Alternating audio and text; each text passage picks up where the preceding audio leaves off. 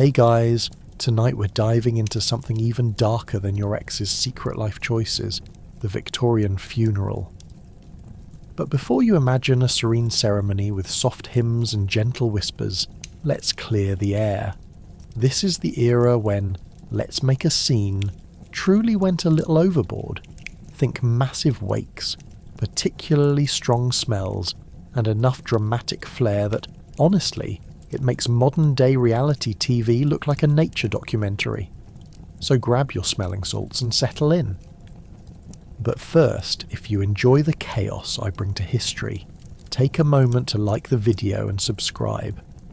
Only if you actually do enjoy it though. And let me know in the comments where you're tuning in from, because I'm deeply fascinated by who's losing sleep with me tonight.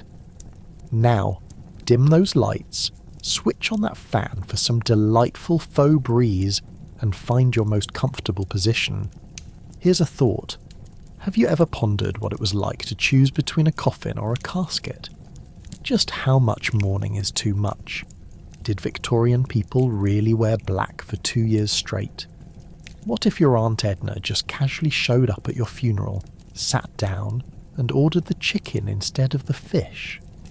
And congratulations! You have just woken up in Victorian England, a time where mourning etiquette could rival a military operation, or in your case the next great reality show, Keeping Up with the Dead. Buckle up, it's going to be a bumpy ride. Ah, death. A universal guarantee that's about as enjoyable as finding a beetle in your soup. During the Victorian era, death was practically a spectator sport. With all the elaborate rituals and an impressive penchant for drama, it's like they were auditioning for America's Next Top Mourner. Talk about making sombre a thing of style. Society held a morbid fascination with the end of life that would shock even the most zealous Gothic novelist. They didn't just mourn the dead, they created a whole culture around it, like a bizarre version of Project Runway, but with veils and velvet instead of fabric swatches. Imagine attending a Victorian funeral.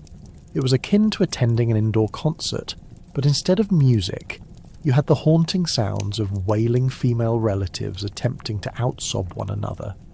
The family, clad in the finest black attire, think elegant goth meets luxurious couture, would gather in a parlour that smelled as if a florist's shop exploded and then immediately died. They meant business. Death had become a social event, complete with etiquette as rigid as a long-stemmed rose. And speaking of roses, flowers were all the rage for each occasion of grief. Lilies symbolised innocence and purity, while roses of melancholy conveyed passionate sorrow, proving that even in death, long-lost relatives might still look at you sideways for questionable life choices. Families would outdo themselves, crafting elaborate floral arrangements fit for a royal coffin. Literally. Forget about the death itself. The focus firmly landed on how splendidly one could display their sorrow in floral form. Nothing said.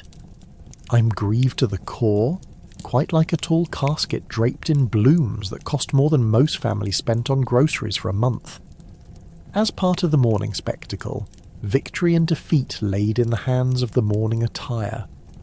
You were expected to grieve without a hint of colour. Yes, even in a world where pink was slowly becoming a thing once more. For the fashionable widow, black wasn't just a colour, it was a complete look, defined by not just clothing, but elaborate hats that seemed to defy gravity, streaming veils like ghosts in limbo, and enough lace to cloak a castle. Try attending a funeral in the wrong shade, and you might as well have shown up wearing a Hawaiian shirt.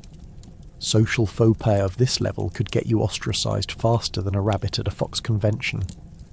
Meanwhile, the ever-fascinating undertakers operated like rock stars amongst the mourning classes, hosting elaborate display cases of death-related paraphernalia with the casual flair of an artist's gallery opening. Picture coffin options that varied like a wine list at an exclusive restaurant, from cashier-approved pine boxes to ostentatious satin-lined burials best reserved for kings.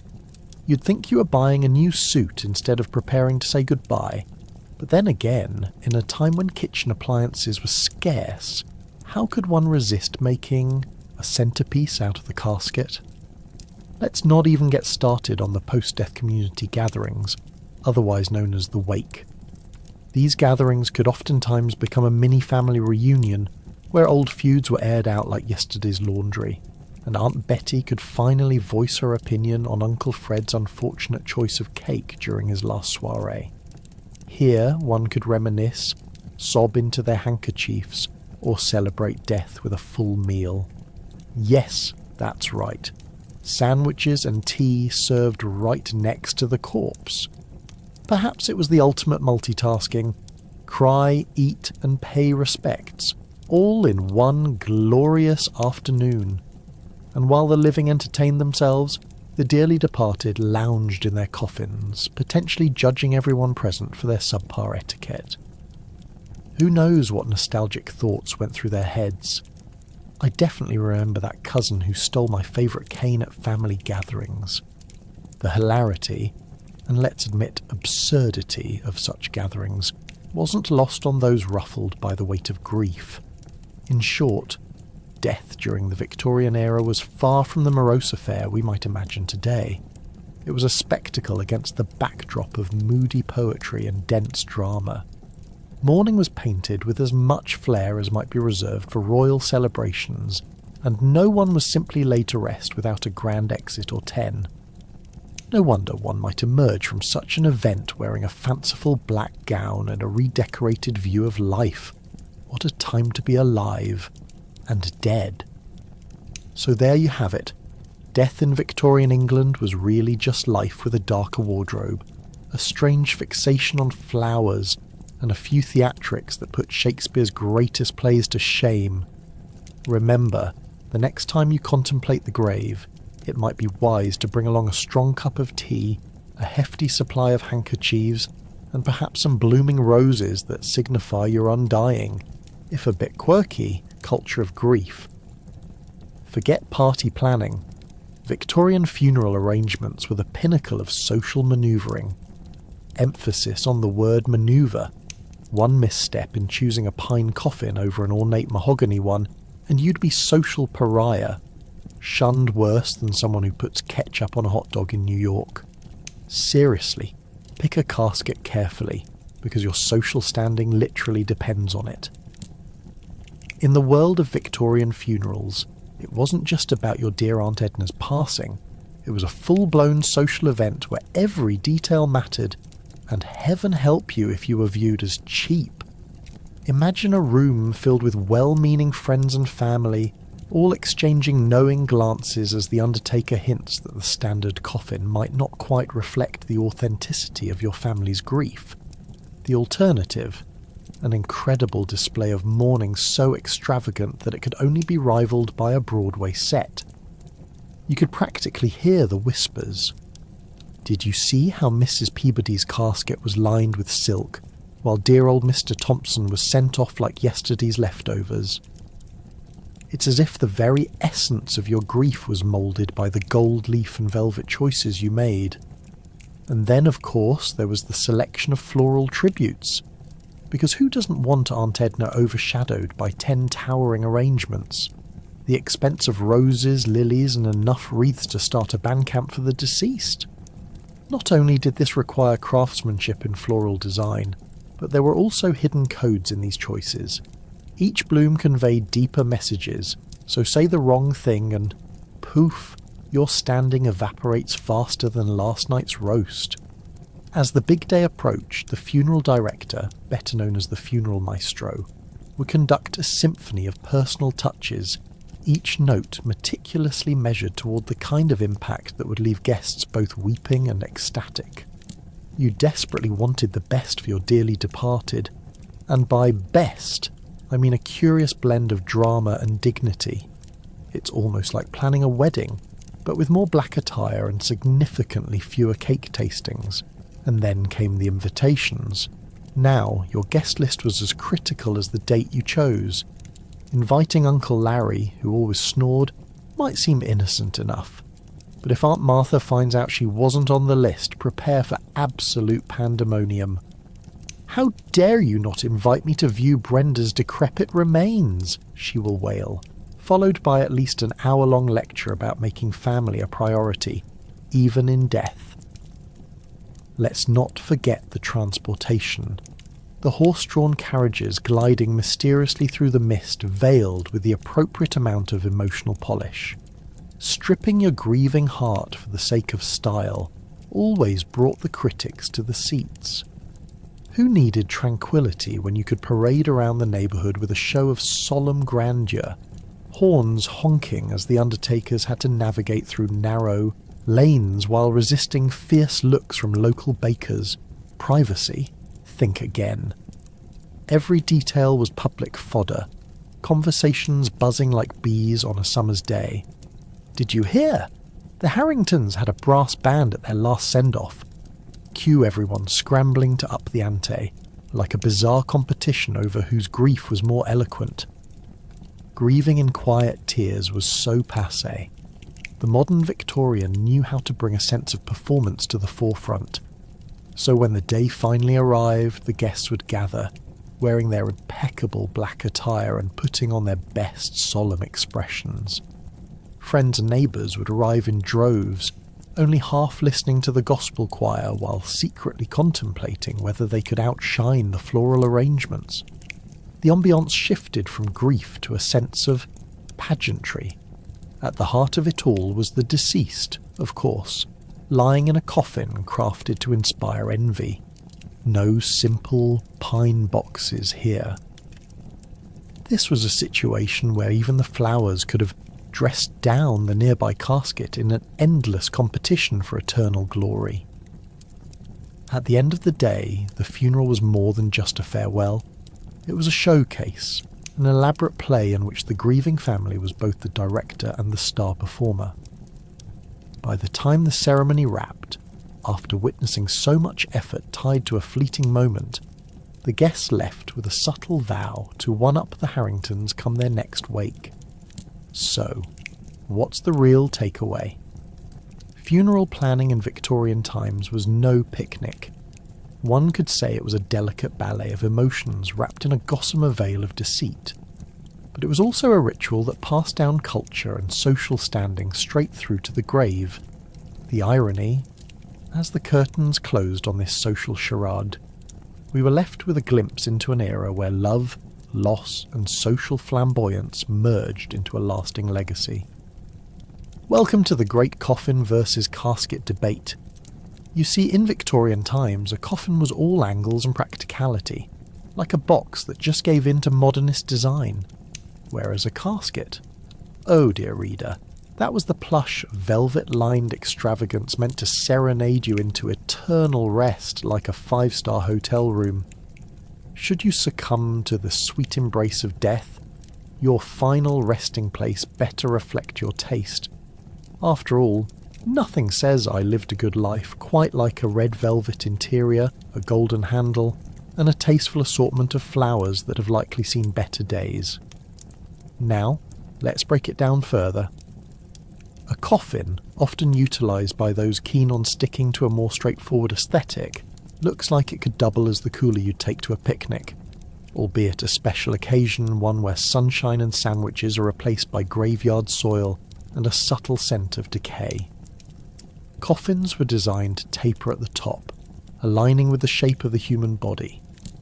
Naturally, it's comforting to know that your chosen vessel is snug, like a warm hug from your favourite aunt, provided your aunt has persistent cough and a slightly alarming habit of collecting owls.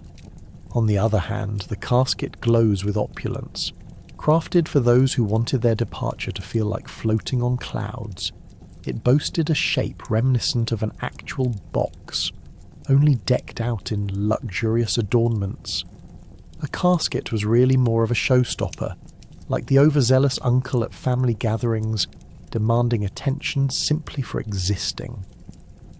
With ample space and sometimes multiple layers of cushioning, family members wouldn't just face the disturbing idea of death head-on. They'd do so while marvelling at the exquisite craftsmanship, as if it were a fine piece of antique furniture made by the ghosts of George III's cabinet makers. So what about cost? Well, you see, if you thought the casket was fancy, wait until you hear about how much it could set you back. Caskets could drive a struggling family into debt faster than you can say burial plot. You might need to take out a loan as if you're purchasing a used car. Yes, I would like that mortgage on the casket, please. Meanwhile, the more economical coffin was considerably less daunting on one's wallet. The no-frills option at your local funeral provider's better off dead sale. It might leave you pinching pennies, but at least it wasn't as big of a hit as an entry-level Cadillac casket would demand. Picture this. A grieving widow arrives at the funeral home, utterly clueless about the ramifications of her selection. She wanders past the refined casket display, shimmering under soft lighting like it's going to host a Hollywood gala. "I'll take the very best for Harold," she insists, thinking of nothing but status. But heaven help her if she notices the price tag, and heaven help Harold, who may not appreciate the fact that his eternal rest resembles a pizza, a box compared to his snazzier counterparts. Not to be outdone, funeral homes competed fiercely in the coffin versus casket arena, each trying to outshine their rivals. Marketing campaigns sprouted up like daisies in spring, right next to the graveyard gates, emphasizing the benefits of a plush casket. Think along the lines of the Rolls-Royce of eternal sleep versus your average pine box of practicality. Who would want to be remembered with indifference when you could spend your last chapter lounging in style? And sometimes, how you left this earth became more important than how you lived upon it.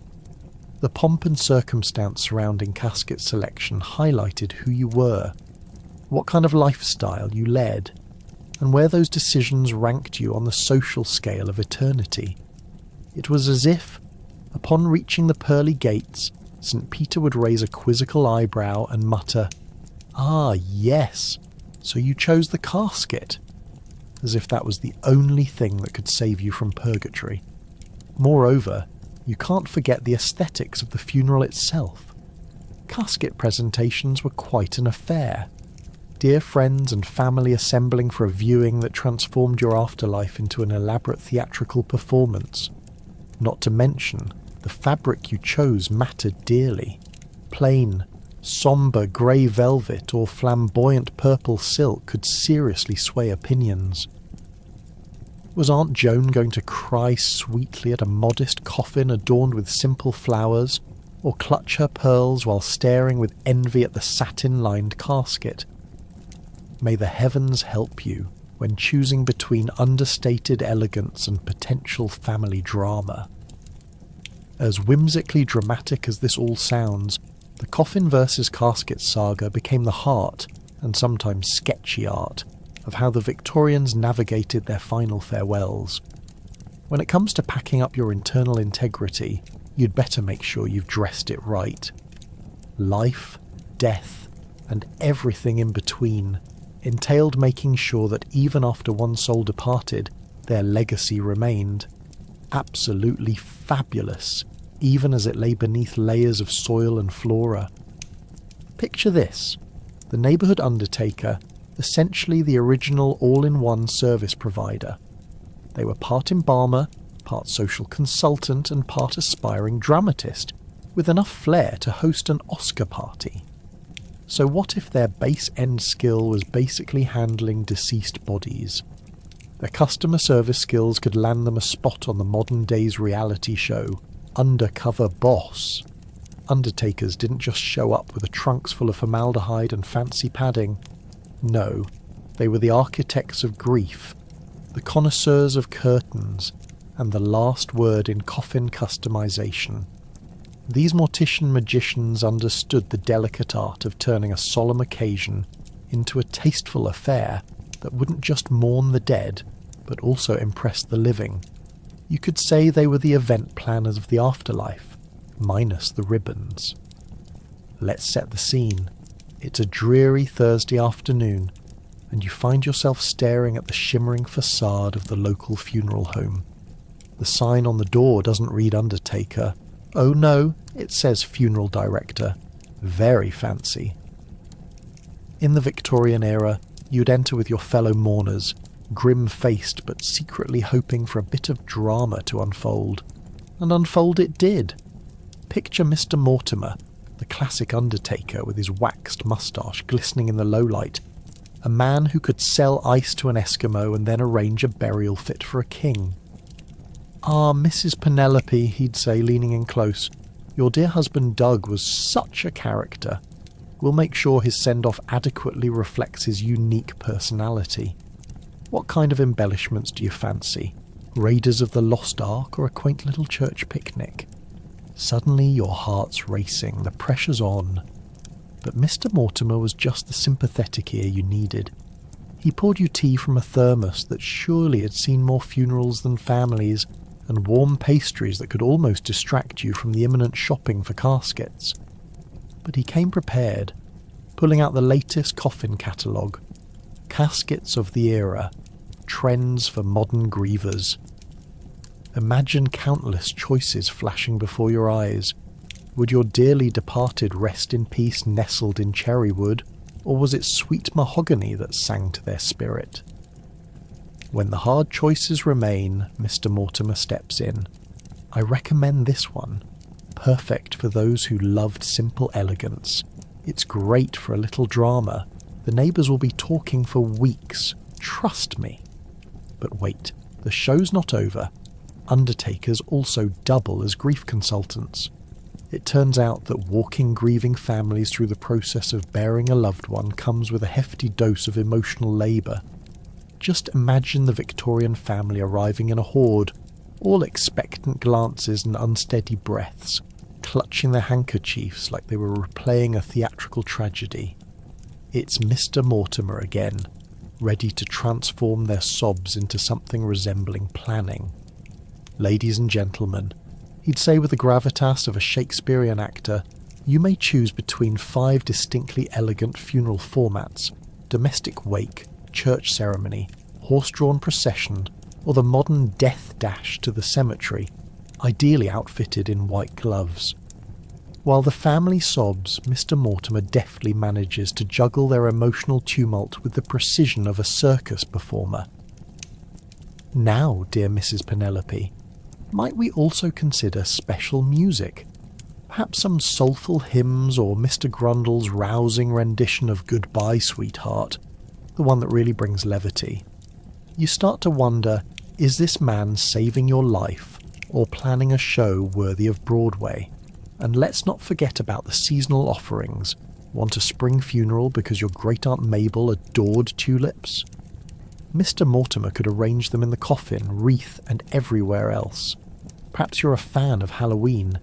It's possible to go stark raving mad literally both ways with ghoulish black lace veils and more skulls than a mortuary basement. The Victorian undertaker knew how to take mundane mourning into the stratosphere of entertainment.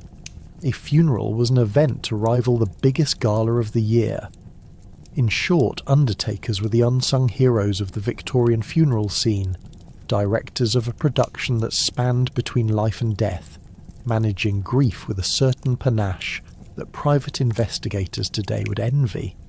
So the next time you stumble upon a funeral home door, tip your hat in respect to the person behind it, keeping legacies alive while simultaneously presenting personalised pageantry, because in their hands, every departure can transform into an everlasting performance, or at least a heartfelt story worth sharing.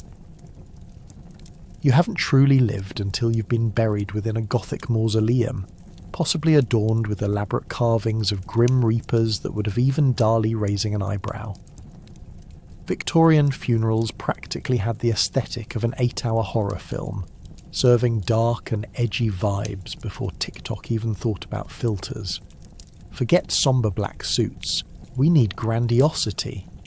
If there was a catastrophe, and the family's budget allowed, you'd see tombs built with enough spires and gargoyles to rival a Disney castle. You might as well have dropped an additional charge for that fiery dragon motif, because why not add a touch of fantasy to the great unknown? Imagine the spectacle.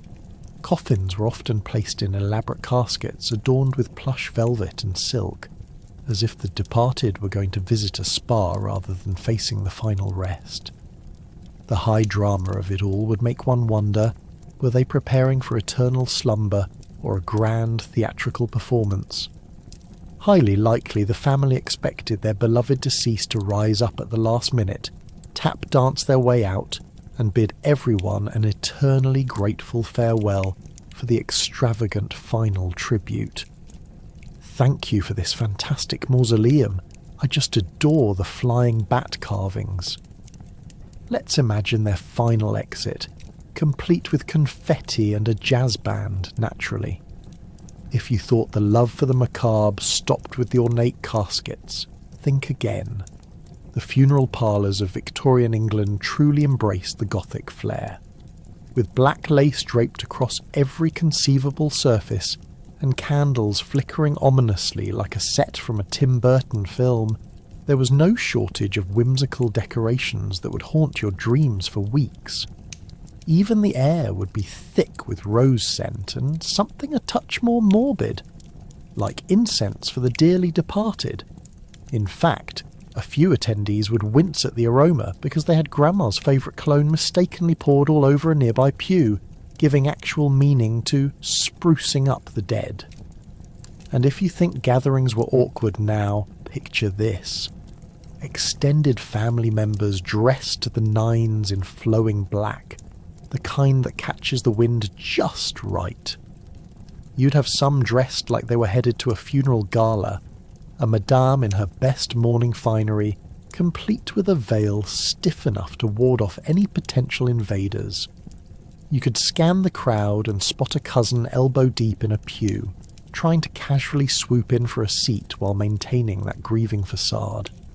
The centrepiece would be a coffin draped with flowers and surrounded by hushed whispers of, "Did Aunt Agatha look good? Or is that just the viewing light?" This throwback to Gothic architecture and macabre elegance spoke volumes about how the Victorians handled their grief. It wasn't simply about loss, it was about celebration. After all, while the mourners were a tad sombre, they were more like reluctant guests at an event where the guest of honour was leaving them for good. Comparative to modern funeral introspection, this was like toasting to life, while smack dab in the middle of a funeral buffet. On the flip side, you also had very peculiar rituals, wherein personal items of the deceased were placed in their coffins, as if to send them off with a curated selection of what they loved most. Great-Uncle Henry must go reunited with his favourite tweed jacket hanging with the moths back home, while Cousin Clara wanted nothing more than her prize collection of porcelain kittens gracing the afterlife. It sounded more like a yard sale than a funeral, turning the event into one giant goodbye, with perhaps someone hawking a tweed jacket $1. Everything must go. Eventually, the Gothic craze would creep beyond funeral aesthetics and into literature. Think about Edgar Allan Poe and Mary Shelley bringing the emotional turmoil of death and despair to new heights. Could one really discuss the Gothic movement without mentioning those lovely tales that had readers questioning both existence and sanity? Death joining with craft? It was an invitation to get eccentric with grave design that would embrace all topics of doom and gloom.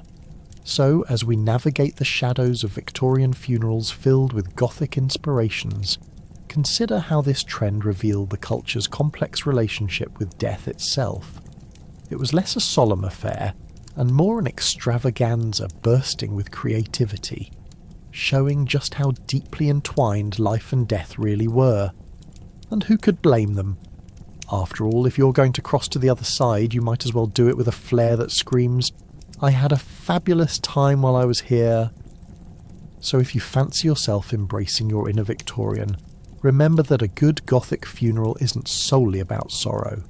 It's about a dramatic flair and a touch of theatrical spirit. Because why shouldn't you exit this world in style? Ever thought about what it's like to wear black for 2 consecutive years? In Victorian England, it was standard attire for a widow or anyone with sufficient grief credits. You better believe that anyone daring enough to wear a bright colour during this period would have faced social exile, not romantic rendezvous. the Victorian mourning dress code didn't just exist. It was practically a decree from the Royal Court of Mourning Fashion. This solemn guideline was taken so seriously that there were entire shops devoted to mourning wear, where you could purchase a specific line of garments fit for not only your beloved departed, but also for those awkward family gatherings where mentioning that time Uncle Bill fell into the grave could lead to more than just premature emotional fallout. Let's break it down. The first year after a spouse's passing was focused on deep mourning. We're talking full-on, head-to-toe black, dark dresses, long sleeves, grief veils, petticoats. If you could be wrapped in black satin without losing consciousness, you were winning the fashion game of sadness. Of course, this was not just for show. Victorian society demanded that you wear black as a physical manifestation of the internal turmoil inside you. Yes, you must mirror your emotional despair through your wardrobe choices. Talk about pressure. It's like being told you must dress to reflect your emotional state on social media, with only black emojis at your disposal. The second year, you could begin to ease into what was known as half mourning. What a concept, right? This was the stage where you were allowed to slowly introduce touches of grey, lavender, or even a timid shade of dusty blue. However, let us be clear, these colours were hardly cheerful. We're not talking about a raucous Easter palette here. These were colours that would still provide the distressed aesthetic of your latest existential crisis. Friends and family closely monitored your wardrobe choices like hawks in mourning outfits, assessing whether you were progressing from grief or, heavens forbid, becoming a social pariah and attracting the scorn of your peers for your refusal to adhere to the rules laid out by the fashion police of Victorian society. Let's face it, many within the Victorian class had a fascination with the drama of grief, which often led to elaborate rituals. Flamboyant funerals were as much about theatricality as they were about loss.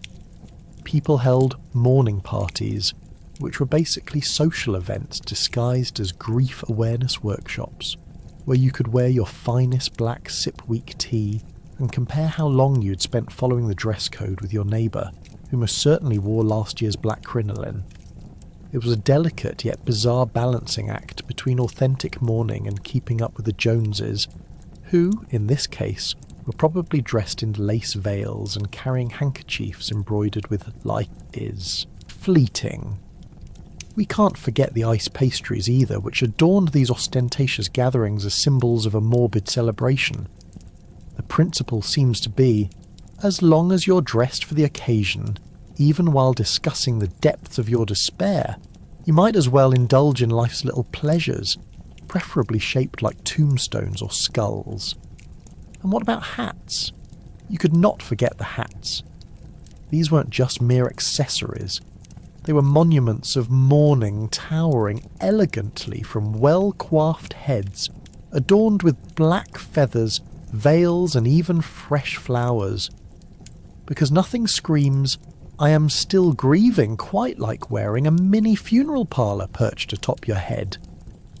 The larger the hat, the more significant your grief, not to mention the titles you could earn. Someone could be crowned Aunt Martha, the Queen of Mourning, if her hat was larger than her sense of propriety. Even kids weren't spared from this fashionably dark regime. Children of the time were also dressed in miniature mourning outfits that could rival those of a Victorian elitist, like they were preparing for their very own mini-funeral procession. Children were made to wear their sorrow on their sleeves, literally. To top it all off, when you finally emerge from the 2 years of black-clad despair, well, congratulations. You'd not only lost a loved one, but you'd also emerged a fashion veteran ready to traipse back into normal life. It sure beats the modern concept of "I'll just wear sweatpants for a week." No, in Victorian England, pulling out of mourning wear was a serious fashion renaissance. A transition not just from grief colours to regalia, but also the opportunity to once again enjoy the sunlight outside your window, instead of increasingly deeper shades of despair. So, While black may not be the universal colour of mourning today, it proved to be an efficient tool for signifying grief and societal expectations. You can wear as many colours as you like in the 21st century, just as long as you're not wishing for a time-travelling Victorian relative to show up at your door with a hat made of lace, no matter your emotional state. Who needs a Snapchat story when you can commission a post-mortem portrait? Yes, it was a thing. To capture a moment with the dearly departed meant posing them in the family portrait as a final goodbye. Imagine explaining that to your future kids. See, honey, that's your great-great-grandpa looking less than lively. Just picture the scene. A family gathering, excitement in the air, and as you unveil the memory of Uncle Gerald's last outing, the entire crew is decked out in their Sunday best, glancing awkwardly at dear old Gerald, who's been dressed up and propped into position like a mannequin in a shop window. This whimsical, if slightly macabre tradition took hold during the Victorian era, when death was viewed less as a solemn sorrow and more as an essential part of family life. Mortality, after all, was not just for the funeral home, it was for family portraits. Uncle Gerald, once a vibrant character, now stood as the family's gentle reminder of life's fleeting nature, and in stillness he could convey emotion, family ties, and just a sprinkle of that Victorian flair for the dramatics. "Look at how noble he looks even in death," they would exclaim, forgetting entirely that the man had actually passed away. And let's talk about the artistic vision. Photographers would go to great lengths to make sure those portraits were not only poignant but also breathtaking, beneath layers of sheer drama and ethics. What else could you do in that moment of grief that could rival the technical skills of a fledgling artist? With a combination of expertly arranged lighting, a touch of flourishes that would make even a modern Instagram influencer weep, and an air of theatricality, families could capture their loved ones in all their still and poised glory. It was like having your own private art exhibit right in your living room, minus the pretense of actually liking art. Of course, there were some logistical challenges. This wasn't like trying to capture your child's smile with the latest iPhone. Getting the deceased to cooperate was tricky at best, what with their complete lack of movement. Children took the "get the perfect shot" mantra very seriously, sometimes too seriously, requiring makeshift beams of support or creative framing to make sure Aunt Mabel looked just like she was having the time of her life. And for those who didn't wish to feature Grandma's corpse prominently, some families would resort to stands or hiding the body behind tasteful floral arrangements, an early version of say cheese. And what about the aesthetics? While photography boomed toward the end of the Victorian period, families paid for elaborate oil paintings to immortalise their loved ones. Kitschy? Yes. Heartwarming? Depending on your outlook. Grievers simply wanted a piece of their family that reminded them of how alive they once were. A slightly more costly equivalent of those awkward school photos you still cringe at, decades later. A portrait of Aunt Doris, caught mid-cough, now immortalised in oil paints, was the ultimate expression of love. What says, "I miss you," more than capturing the exact moment Aunt Doris's cough throatily interrupted family dinner? Then there's the necessary follow-up talk about those post-mortem portraits, those sobering, dramatic reminders of one's mortality. They were not for the faint of heart. If someone were to ask you about your ancestors, just pluck one off the wall for a good old family chat and delight them with tales, until they noticed that great-grandpa was the only one who looked like he was stealing the show from the great beyond. Still, mournfully lingering portraits could ignite a wide array of family stories based on how deathly they looked, or, as some family members insisted, how well they managed to stay upright. While today's funeral practices might feel decidedly less theatrical, perhaps there's something to be said for the showmanship of Victorian death rituals. In those painted faces, memories are preserved, whispered tales live on, and every thread of nostalgia foreshadows future generations gathering to recall the characters in their own family saga. So raise a glass to the victims of this odd portraiture trend. The great-great-grandpa most likely turned to dust, yet he'll forever look just as peppy as he did back in the day, staring at the family posing around him. Cheers, faded friends! There was nothing the Victorians loved more than memorials, especially handcrafted ones that would make even the Granite Company weep. Languishing upon these elaborate gravestones were epitaphs so dramatic that they could put Shakespeare to shame. Just try and top, "In beloved memory rest the most splendid of souls." You'd need a solid marketing team to sell that kind of charm. These markers weren't merely a way to commemorate lives. They were full-blown theatrical productions presented in stone and bronze, demanding attention like a Victorian matron clutching her pearls at a scandalous ball. Picture a cemetery so densely packed with exquisite inscriptions and opulent monuments that it feels less like a place for solemnity and more like an elite art exhibition. Death, the final frontier, featuring ghosts in the flesh. Some gravestones resembled miniature cathedrals, with intricate carvings and embellishments that shouted, "Look at me! I had a very important life, and God forbid you chose a basic stone from the local quarry." That would be akin to serving store-bought cookies at a royal banquet. One of the more popular trends was the use of romantic symbolism in memorials.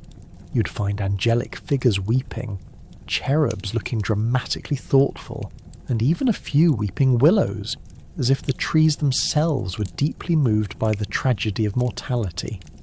It was an unspoken competition, a chance to declare just how much you adored the dearly departed, while sweetening the deal for yourself. Need a little sympathy? Look no further than your tastefully morbid stone with its gentle curves reminiscent of a hug. It didn't just say, "I miss you." It screamed, "This was the most beloved grandparent since like forever."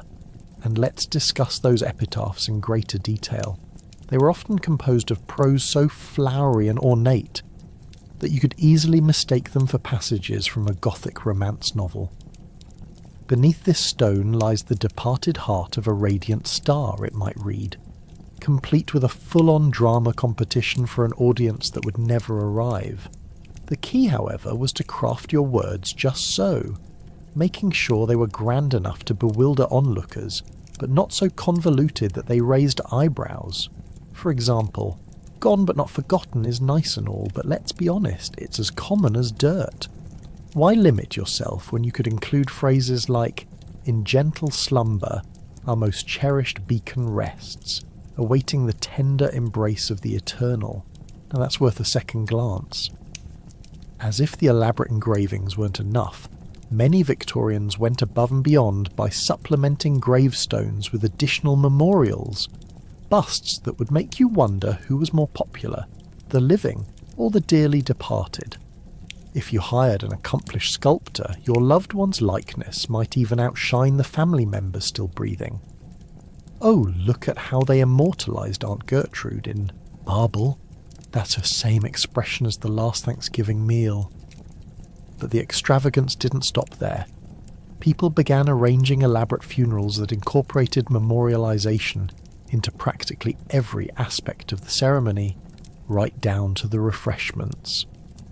Pass the teacups and let's toast to Aunt Gertrude, who is now perpetually frozen in that magnificent bust. And everyone better pass through the punch bowl first. Who said graveside snacks were only for picnics? Modern convenience had not yet corrupted the air of solemnity, and, with it, the perfect opportunity to showcase a charcuterie board of lavish proportions. Let's not forget about the rise of memorial trees. To pay homage to a lost loved one, families were known to plant a tree right on the gravesite. This meant that, as the tree grew, it metaphorically tethered itself to the soul of the departed, and you could even join a book club, Trees for Tomorrow, to reminisce about your loved one while you surrounded yourself with budding foliage in full bloom. Look at my oak. It truly represents their strength, next to your thorny bush of embarrassment. All these extravagant acts of memorialization turned the simple act of death into an elaborate showcase of one-upmanship, an unholy blend of mourning and theatre.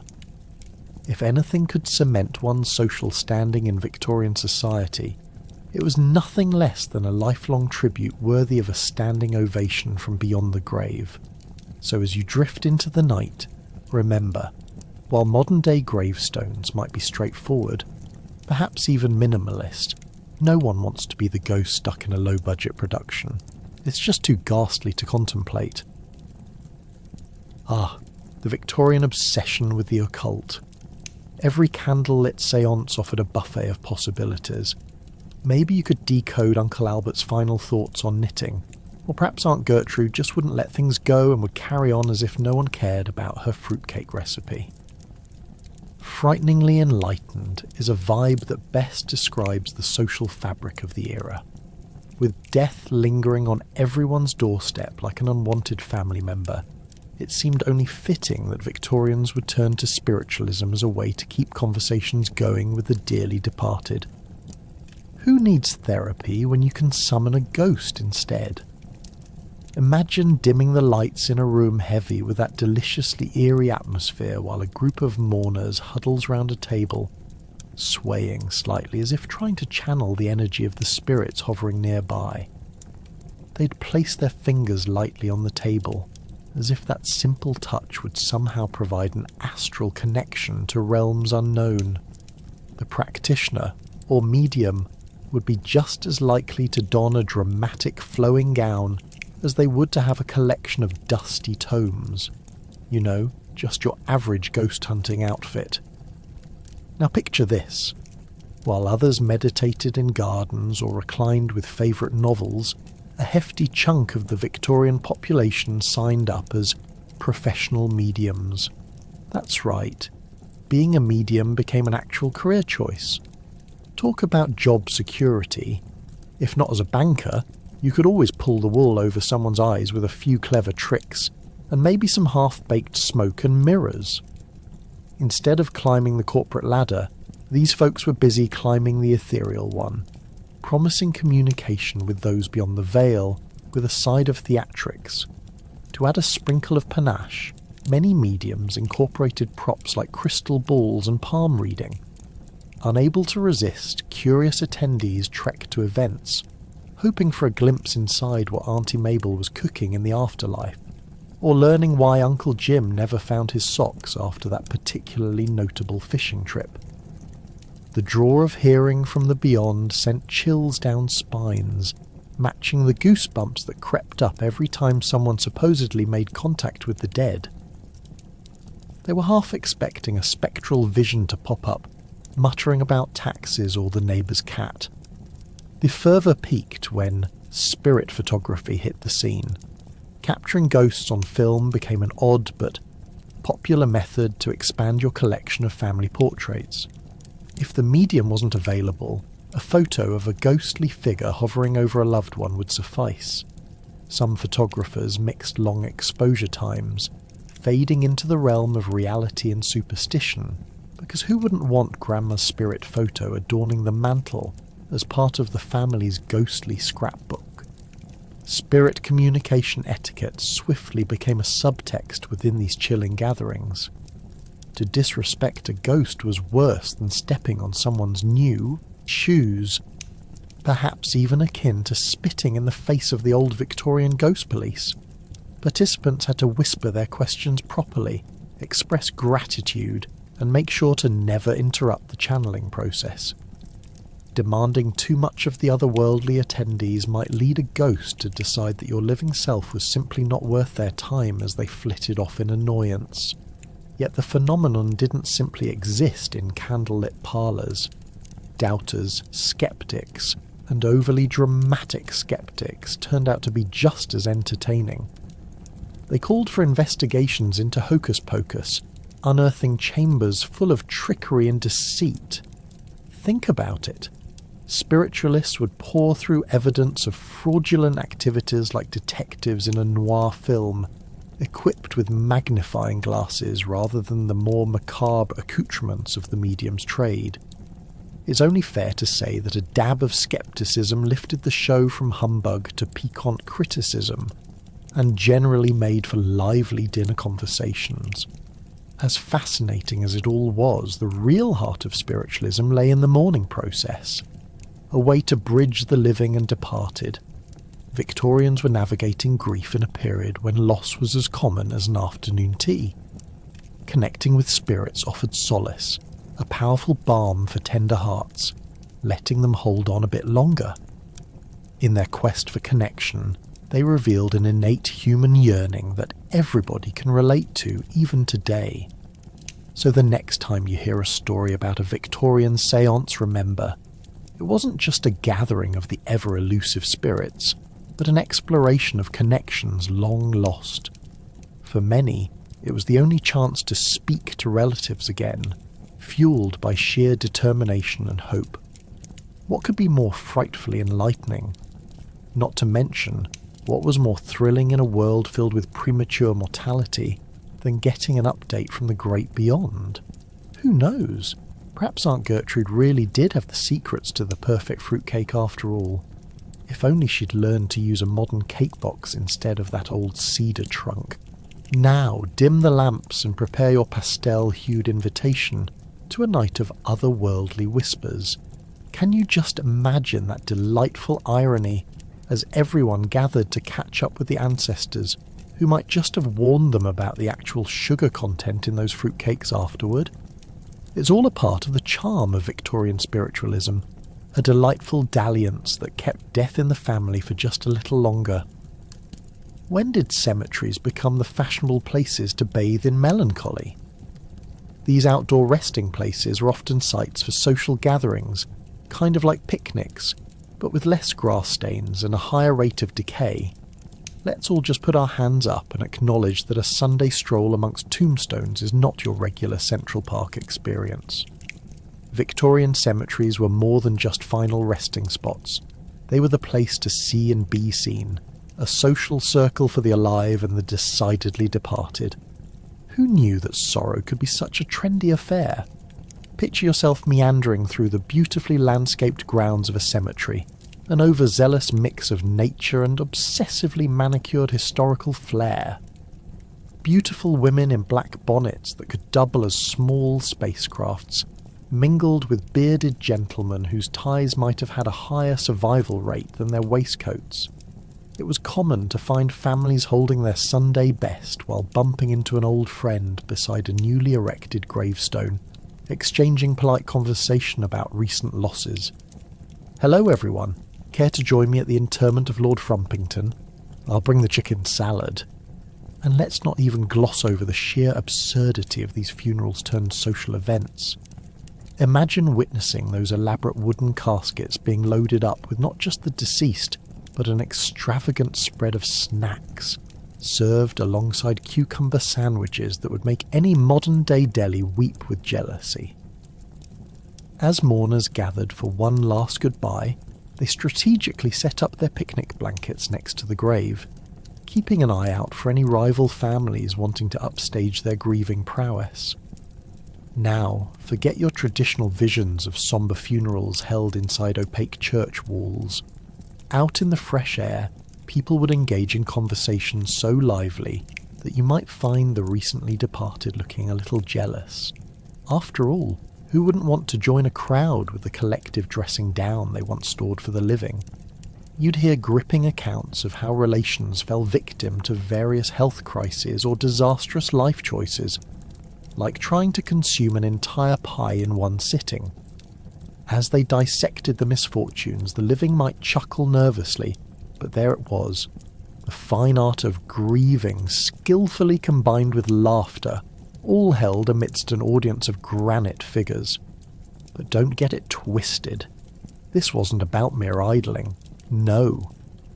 There were social rules to follow. If you were caught laughing a moment too long near a grave, whisperings of disrespect would follow you for weeks.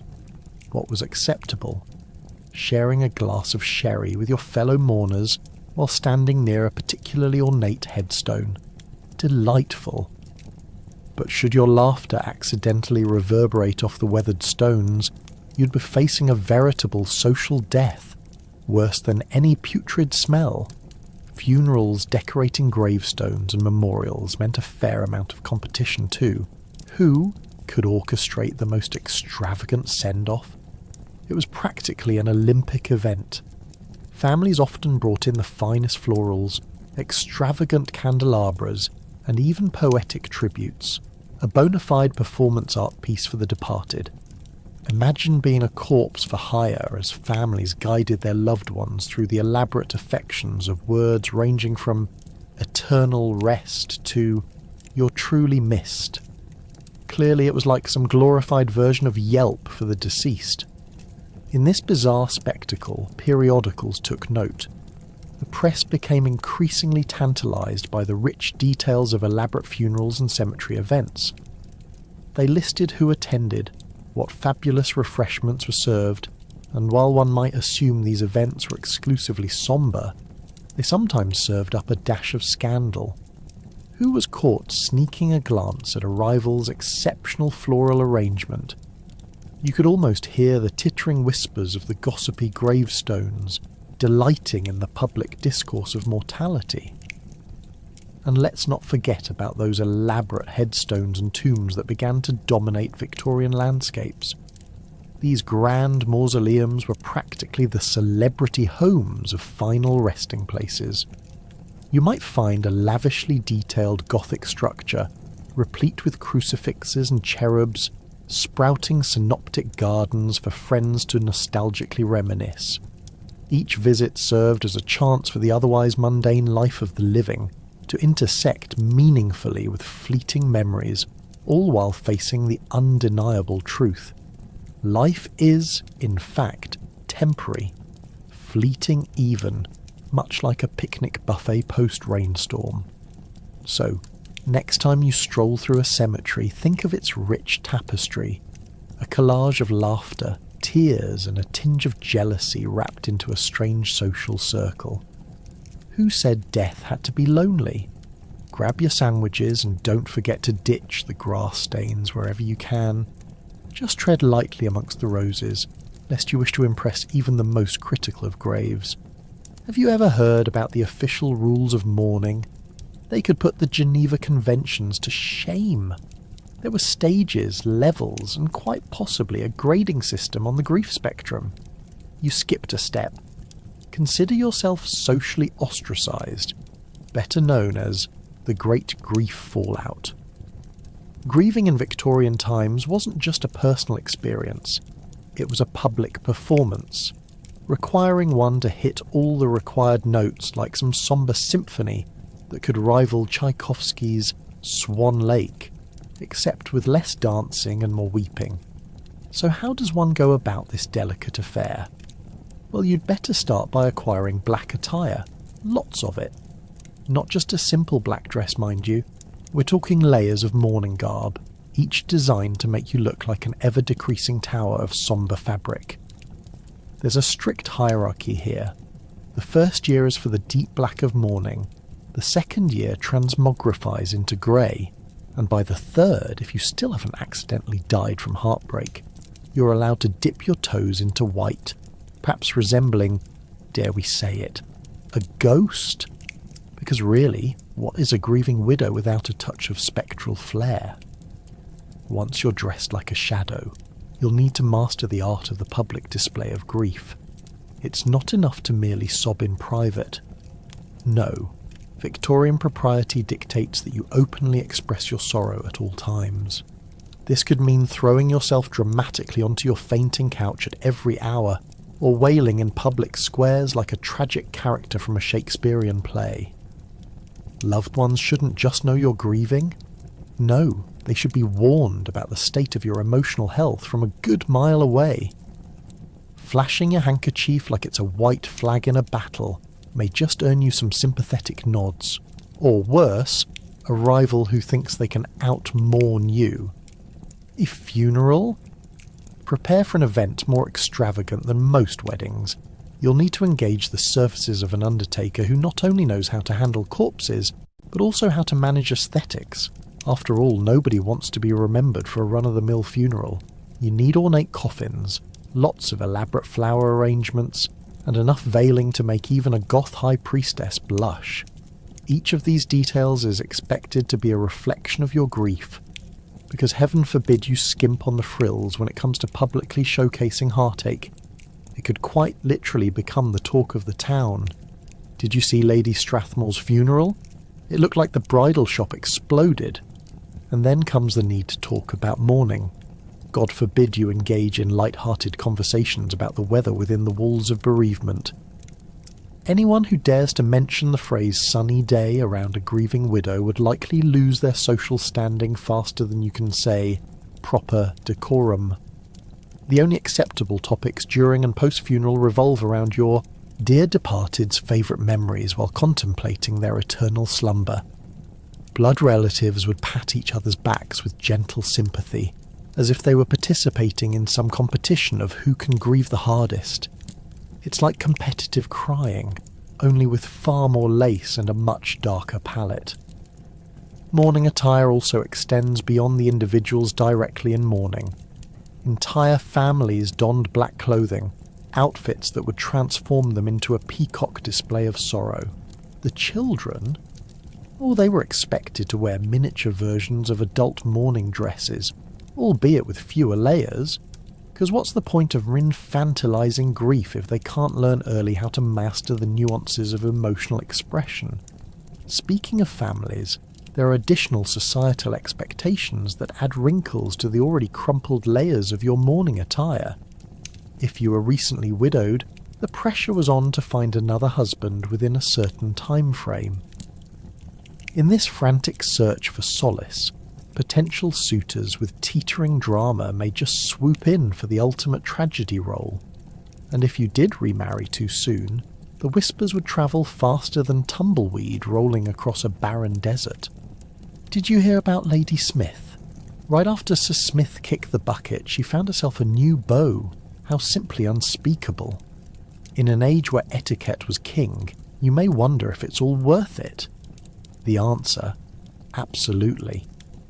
For those who skillfully traverse the treacherous terrain of grief etiquette, social redemption, and a fine layer of future accolades about their capability to weep compassionately, we're often waiting on the other side. Because let's face it, in Victorian England, grieving was less about processing emotion, and more about winning the Oscar for Best Dramatic Performance. So remember, as you tuck yourself under your cosy blankets tonight, while you may dwell in modern comforts and the luxury of optional cat videos over actual grieving protocols, it's essential to tip your hat, or rather, your handkerchief, to those who dealt with death's shenanigans when social scrutiny was as lethal as any plague. Raise a glass to Victorian constraints. May we forever appreciate our newfound freedoms, without the judging eye of society clinging like persistent fog on a rainy afternoon. Yes, why wouldn't you want a snippet of your dearly departed encased in stylish gold or silver?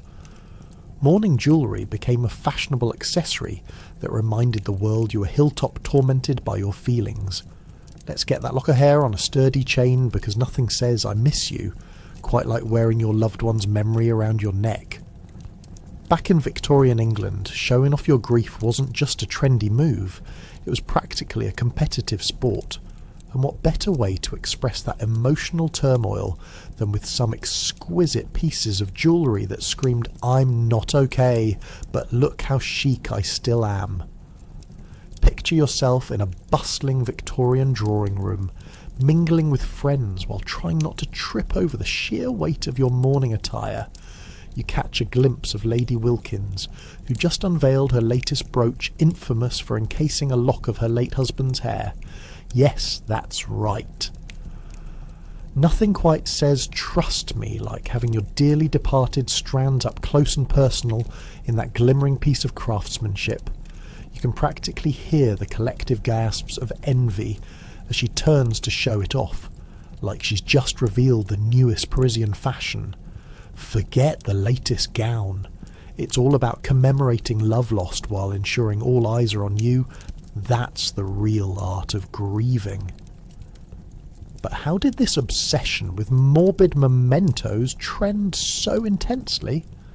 Well, the roots of mourning jewellery stretch deep into the soil of Victorian society. Back then, death was a pervasive part of life, a sad but spectacular acceptance that life was fleeting. Mourning became a theatrical affair, and what better than a glitzy trinket to reflect a sombre status? The practices were blended with intense sentimentality that still rings true today. Loving and losing is not for the faint of heart, but why not dress it up? Jewellery makers seized this emotional moment and converted grief into gold, a clever business strategy if one ever existed. They churned out everything from jetstone lockets to gold rings intertwined with hair, a process that required the crafting of pieces delicate enough to handle someone's enduring sorrow. Who knew that fashion could blend so seamlessly with despair? It was like a heartfelt funeral service packaged in a piece of jewellery, elegantly wrapped and ready for socialite approval. And let's not forget the good old-fashioned mourning rings. Yes, those little circles of remembrance, often with inscriptions, became the must-have accessory at funerals. Imagine your family gathered around to share fond memories while inevitably assessing who wore the most ostentatious piece on their finger. It was a slow-motion judgment that played out in real time. Everyone was secretly competing to be the most stylish mourner on the block, never betraying a glimpse of grief without a hint of rhinestone sparkle. Now don't think this was restricted to rings and necklaces. Oh no! A piece of mourning paraphernalia could be found anywhere. Brooches, bracelets, even cameos. They were the it items for any stylish Victorian, allowing mourners to don a bit of flair with their black crepe. Was it ethical? Probably not. Did anyone care? Absolutely not. After all, who wouldn't want a little bling alongside their heartache? The even quirkier aspect is how this jewellery often bore unique designs. Some illustrious pieces included hair woven into complex patterns, almost resembling the weirdest Pinterest board gone rogue. It was an odd mix of artistry and loss, proof that heartfelt sentiment could sometimes veer into artistic obsession. You could try it at home, they would laugh, as friends were encouraged to take hair clippings to create unique masterpieces. Imagine going to the local jeweller and saying, "Hey, I want to remember Aunt Edna, but make it fashion." It would have been a sight to behold. And just to add a final layer of absurdity, mourning jewellery became enticingly romanticised over time.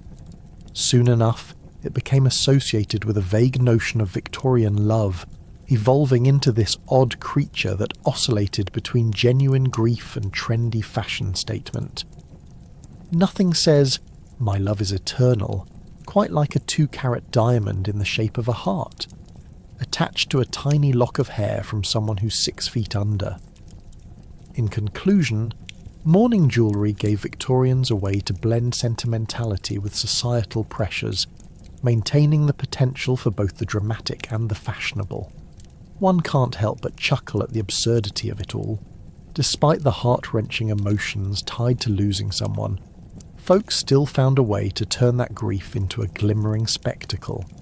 So, the next time you gaze upon a piece of jewellery that holds the history of lost love, remember, even in loss, Victorians knew how to dazzle with their heartbreak. Picture a parade filled with the weeping, wailing and dramatic collapse of pride at the front lines. Funeral processions were, in essence, the dramatic musical overtures of society, a procession where more is more and gone were the days of the simple walk to the graveyard. We're talking orchestras, carriages, and an audience that would make Shakespeare blush. Gone was the notion of simply burying your loved ones in grim silence. No, the Victorians understood that death wasn't just an end, it was a spectacle to behold. They took it to caffeinated levels of theatricality, embodying slow-motion tragedy like professionals at an intense drama club competition. Can you smell the incense wafting through the air? Feel the heavy layers of fabric suffocating your fellow mourners? These processions were the ultimate showcase of grief, where every tear counted and every sob was an audition for the next great play. Some were so elaborate they resembled a parade float for a macabre carnival. With horse-drawn carriages draped in heavy black satin and adorned with feathers that would make even the most flamboyant peacock envious, the deceased were transported to their final resting places in style. Now, I don't want to suggest that the Victorians loved death, but they did treat it like a high society event where fashion and flair dictated who made the guest list for the afterlife. As the procession paraded through the streets, a symphony of gongs could be heard, accompanied by the low mournful notes of sorrowful violins, playing a dirge that would make you contemplate your life choices, or perhaps inspire you to finally take that pottery class you've been avoiding. Attendees often hired local musicians to provide the soundtrack to their sorrow, creating a milieu that was part funeral, part concert. Perhaps, if a tragedy was moving enough, even clowns could join, sporting sad smiles and ensuring that laughter mingled with tears. It was all quite the scene, a truly wholesome trauma. And while we can appreciate the extravagance of these processional performances, one can't ignore the sheer pain that laced through every heavy step of the mourning crowd. Imagine aging relatives wrapped in sombre black or wearing towering black hats that could serve as makeshift umbrellas should one encounter a sudden rain.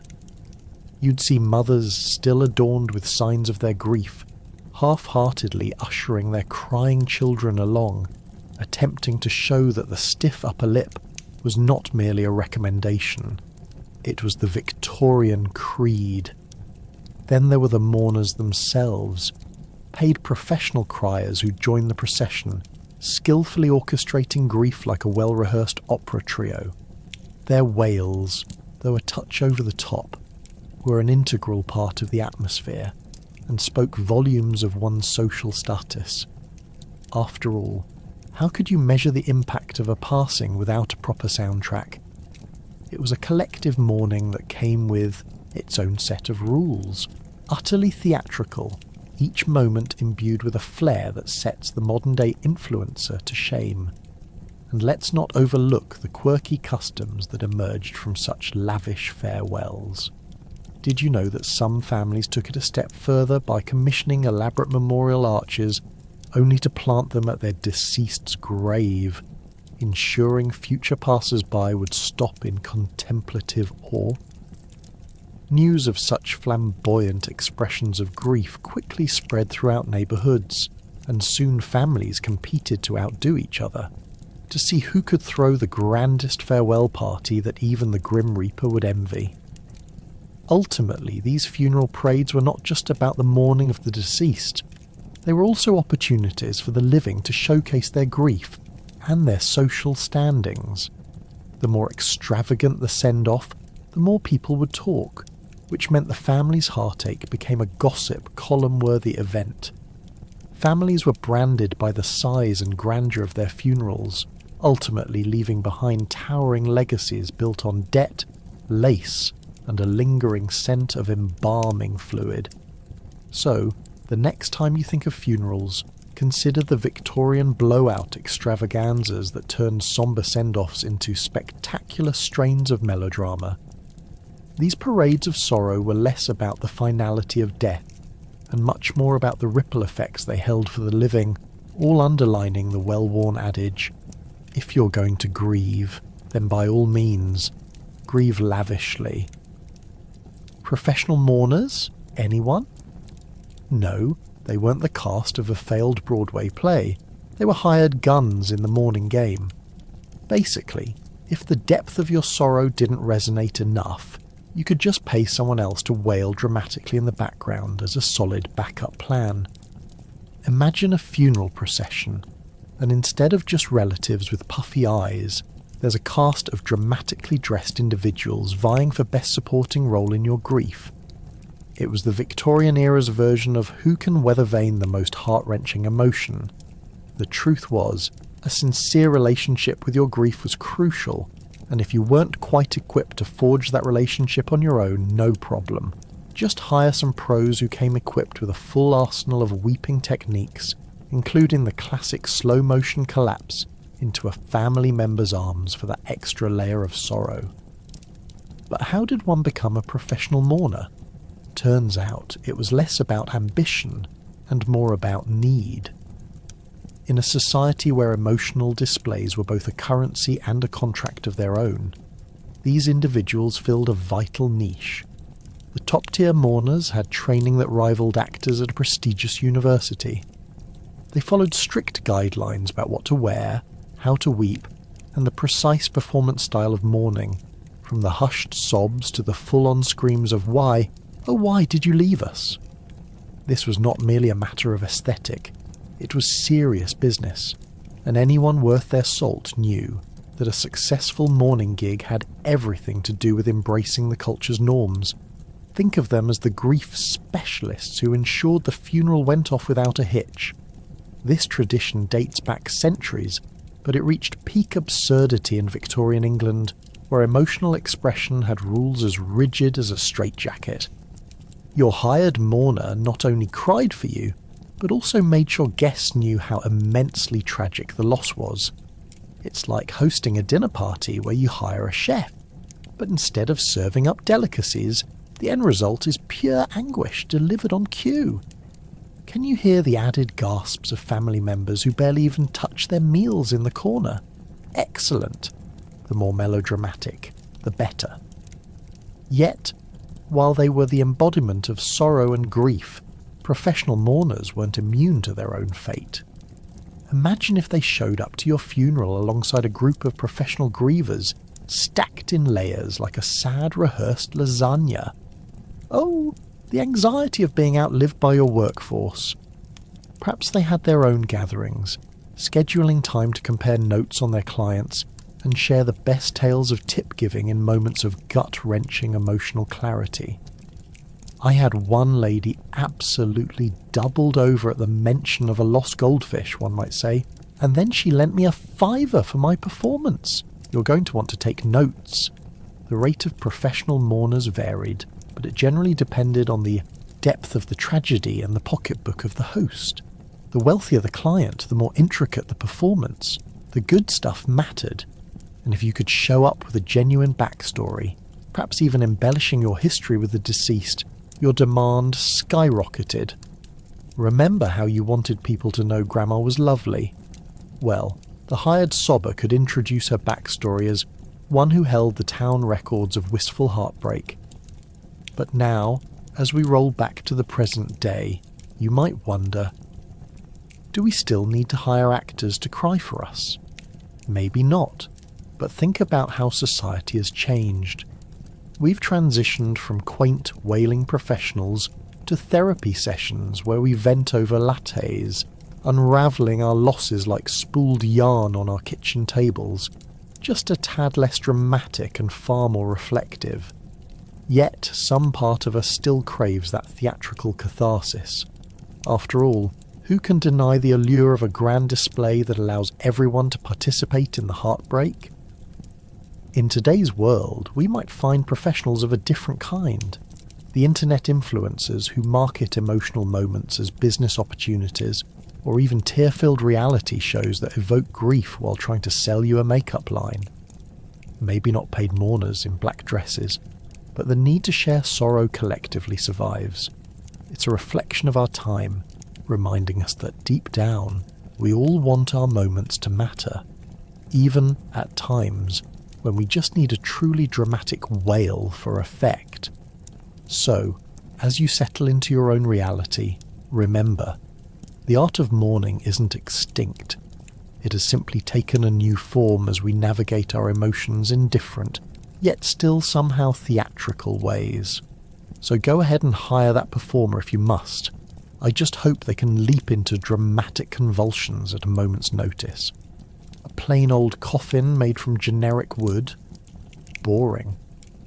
Funerals in this era turned into Hallmark card inspiration, as families began personalising coffins like they were creating custom sneakers. You can now go to the grave in hot pink satin. Sure, why not? Who says you can't go in style? Each coffin became a canvas for a family's unique narrative, essentially a reflection of how dearly they had loved and how fabulously they planned to memorialise that love. Forget generic models. We're talking about intricate designs, diverse colours, and even elaborately carved ornaments that could rival the craftsmanship of a Victorian wedding cake, only much less edible. Imagine walking into a coffin showroom, not quite the ambience of a chic boutique, but close enough. Vendors would unveil a somewhat macabre selection with the charm of a fashion runway. Of course, you'd have your classic oak models, very sombre and dignified. But then, representatives would beckon you with a wink and a conspiratorial smile towards the fun section, dotted with frilly linings and pop colours. What about a bright turquoise with polka dots? Or floral patterns that remind you of springtime picnics, they'd suggest. Enthusiasm high as they waved sample swatches around like confetti. When in the business of eternal rest, the salesman might say, why not have a little flair? Yes, indeed. There's no shame in wanting to make an extravagant exit, even if it meant your final send-off looked like a circus float. More colourful coffins often spark debates among family members. Remember Great Uncle Harold, one might say? Boring dark wood for him, but Deborah, oh, she would have loved a coffin with her favourite cartoon characters. This desire to personalise didn't merely gloss the sombre reality of death. It actively transformed it into a moment filled with identity, jest, and sometimes even a hearty laugh. Alongside the inevitable tears, of course. Decorated coffins acted as both a personal eulogy and a collectible piece of art, or should I say, grave art. Creative designs could imbue a deeply personal sense of connection to the deceased. It was not uncommon for families to bring in items that represented their loved one's personality, musical instruments, fishing rods, or even vintage baseball gloves. Nestled alongside the gilded coffin handles for an added wow factor. Some artisans had the audacity to go beyond the mortal realm and delve into whimsy, creating coffins modelled after the deceased's hobbies. The local fishman could be honoured with a coffin shaped like a boat, the gardener blessed with a floral patterned box, and the ardent gardener might luxuriate within a coffin designed like a large flower pot, adorned with blooms of all colours. Just imagine the look on someone's face when they open the lid to reveal a serene slumber inside, complete with faux daisies on the inside lining. The peculiarity of such designs didn't just act as a personal touch, it bewildered onlookers. Etiquette would require a sombre reflection. But what could you do when faced with a coffin so flamboyant it seemed to wink at you?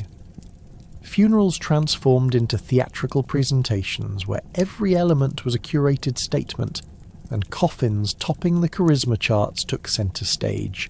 Literally. And who could forget the grand debate between showy versus serious coffins? While Aunt Hermione might have wanted something that screamed what a life, with polka dots, Cousin Clarence might prefer a coffin engraved with solemn biblical scriptures, his preferred adieu to the world. Family meetings took on the grit of a marketing strategy as families negotiated the funeral plans amid much clattering of teacups and raised eyebrows. Grandma declared that she wanted pinks and greens, they would declare, as if summarising boardroom discussions about a new line of flavoured water. Of course, custom coffins weren't just for show. They held significant meaning for families navigating the grief of loss while keeping the memory alive. And let's be real, there's something wonderfully absurd about making decisions about how you want to be remembered, while also cracking jokes about the neon green coffin your neighbour just ordered. Well, At least he'll stand out in the afterlife. The memory of the deceased was honoured through their eclectic choices, and no matter how out there they might seem, they were nurturing connections in the hearts of those left to mourn. So as you ponder what kind of exit statement you'd like to make someday, perhaps employing an audacious design reminiscent of a Louis Vuitton runway, or maybe opting for a good old-fashioned oak, you have the Victorians to thank for the inspiration. They turned the final goodbye into something worth celebrating, a bizarre performance of identity that served, like a grand entrance, into the next mysterious chapter. Because if you can't go the extra mile on the journey after life, what's the point of being carried into the great beyond without a little style? Now let's take this quirkiness a step further as we dive into the art of, well, we'll get there soon enough. Epitaphs were the final chance for a clever quip. Perfect for a love that now lays quiet. This was your last opportunity to share that gut-busting zinger from family dinner for posterity, and you thought writing personal ads was competitive. Unveil that creative writing major locked within and run wild, my friend. Imagine a gravestone reading, "I told my family I was sick of the drama, so why did they insist on burying me in a melodrama?" You'd be the talk of the graveyard. The Victorians had a special flair for defining legacies. With death looming ever present, profound or witty messages were not just a way to memorialise loved ones, they were an art form. Picture an endless array of slate and marble, each bearing uniquely curated phrases crafted carefully, designed to encapsulate a life, preferably without mentioning how they passed. Was it pneumonia? Tuberculosis? The choice was yours. Maybe your Aunt Helen had a favourite saying about her love of baking. Here lies Aunt Helen, who always had a recipe for disaster and sometimes cake. It was a way to remember the eccentricities and memories that stitched a family together, or at least distracted from Uncle Roger's multiple divorces. But let's dive deeper into the actual mechanics behind the epitaphs of the time. Choosing the right words was akin to navigating through a minefield of emotion, heightened by the stark realities of grief. The goal was to strike that perfect balance between expressing deep sorrow for the deceased while adding a touch of humour or J.R.R. Tolkien-worthy wisdom. If it ended up reading like a Dickensian character monologue, you could consider that a win. After all, tributes like Gone But Not Forgotten were as generic as instant coffee at a royal banquet. You needed something that would resonate, and who could forget the epitaphs written in memory of children? These brief yet potent inscriptions were often heart-wrenching, filled with the type of quiet poignancy that can only stem from the loss of youth. Many might read something like, "Here lies our precious little William, flying too close to the sun and catching that damn cold." It's the kind of phrase that pulls at heartstrings while simultaneously eliciting a chuckle, or a cough, if you were suffering from a lingering cold, just like William. As a modern-day adult, can you imagine facing the pressure of delivering the perfect line? It's like hosting a dinner party, but knowing that's the last chance to impress. Some families resorted to hiring professionals. Yes, professional epitaph writers explained as those crafty souls with quill pens and a flair for the dramatic, each hoping to capture the essence of a person's life, even if it meant crafting something entirely ridiculous. And if you think ghostwriters are exclusive to the literary world, think again. This was the birth of some of the most memorable gravestones, where history met creativity on the other side. Cemetery would almost feel like a gallery if you looked closely enough at the configurations. The glaringly ornate versus those barely standing, each telling a story. He was a decent guitar player, but a terrible husband. Became a go-to for a gentleman who perhaps didn't realise he could take death lightly. The artistry didn't stop at words, however. The layout, the engravings, and the materials all contributed to the drama, painting pictures of lives lived and lost, often in just a few poignant phrases. And let's not overlook the comical complexities where the families were still alive to witness the creations. Imagine arguing over whether beloved husband should be dignified or followed by the phrase, "but lousy cook." Epitaphs, dear listener, were a rich tapestry of wit and wisdom through the lens of sorrow, and they still resonate with humour today, like that old rehashed family joke that's been democratically voted the best fare at the table, ensuring both admiration and groans. So whenever you face a moment of loss or reflection amid family squabbles over extended relatives at the local cemetery, remember, while they might be hushed beneath the soil, they once had something to say, and those snappy epitaphs are their ultimate zingers echoing from the great beyond. You'll want to laugh, cry, and scream all at once as you read through these quirky, yet reverent final words. So next time, instead of thinking of death as a sombre affair, let's embrace the legacy of the Victorian epitaph, where the laughter of the dearly departed meets the silence of the grave. At least nobody's writing your epitaph just yet. With such a heavy focus on the afterlife, the Victorians loved to spin ghost stories like they were about to take the stage at the West End. These spooky tales served as cautionary reminders of all the don'ts in the afterlife, sort of like the don't text your ex of the Victorian realm. After all, who wouldn't be thrilled to jump at every slight noise or flickering shadow when you could be alerted to be on the lookout for your deceased aunt's misplaced bicycle? Ghost stories provided more than just goosebumps. They were theatrical warnings delivered with the kind of panache you'd expect from a nightly performance at the local opera house. Among the pickings was the chilling tale of the Woman in White, a spirit said to haunt the moors of Yorkshire. The tale goes that she was wronged in life, betrayed by the very love who promised her eternity, only to find herself eternally wandering, dressed in shades of sorrow. Don't ever cross someone you love, the locals would whisper, or you might just find yourself stuck picking out a wedding dress in the afterlife. Clearly the ladies were taking ghostly fashion advice rather seriously. Imagine floating through the afterlife, desperately wishing you could have asked for a dress in a different colour. Talk about eternal remorse. Speaking of remorse, some tales emphasise the dangers of being rude. The story of the ghost of the poor widow revolves around a woman who once snubbed a stranger at a funeral, only to die a week later from suspicious causes. Her ghost now roams the halls of her former manor, reminding everyone that dissing the wrong person might come back to haunt you. Not in the literal sense, of course, but who really wants to take that gamble over a rogue apology?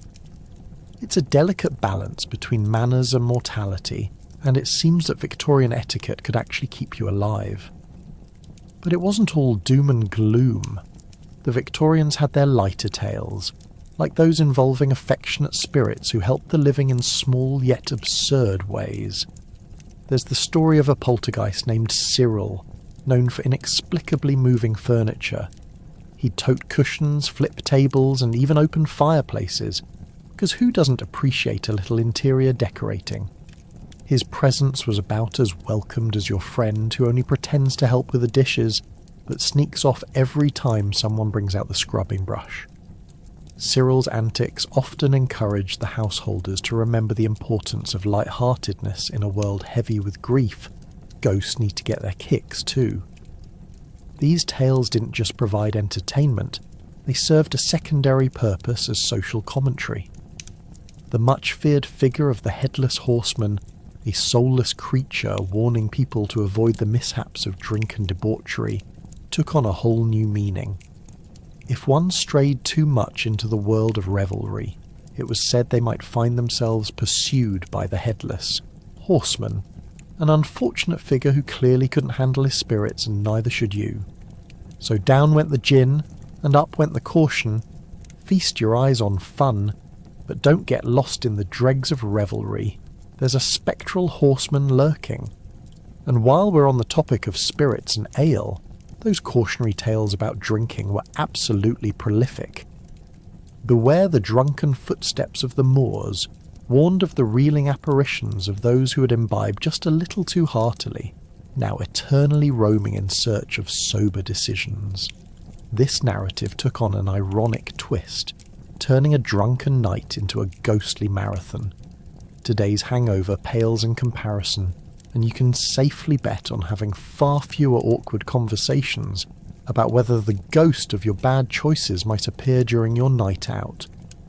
But possibly the most celebrated of the Victorian ghost stories was that of the Will-o'-Wisp, an enchanting spirit said to lure unsuspecting souls into marshy ground with promises of otherworldly beauty. Think of it as the ghostly equivalent of breadcrumbs leading you to an Instagram filter. Anyone who omitted the slightest trace of curiosity about beauty often wound up in quicksand. Eternal beauty wasn't worth sinking into murky depths.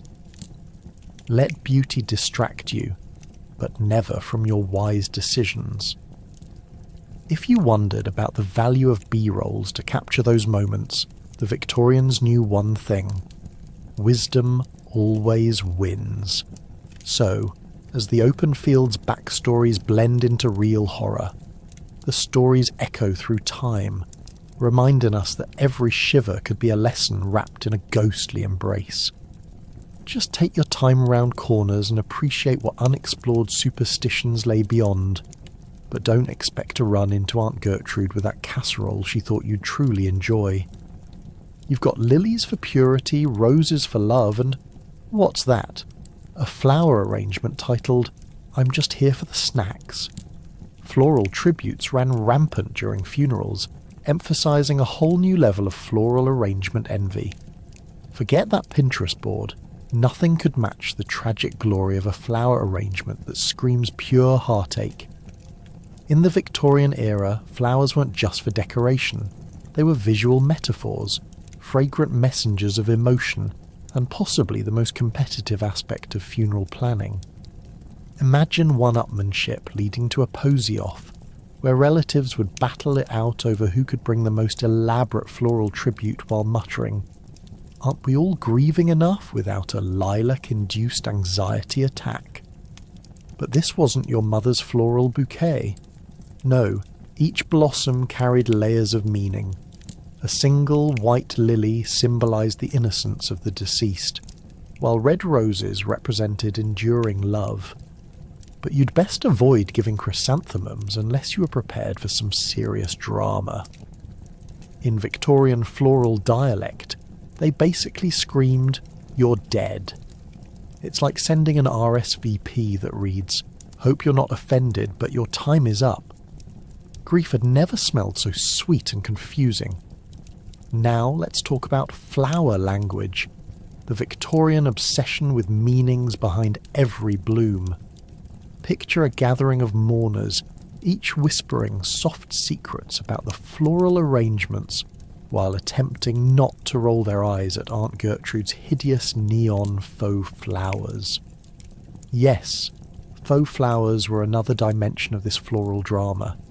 These plastic monstrosities became a real rival to their organic counterparts, much like molasses competing for the affection of bees.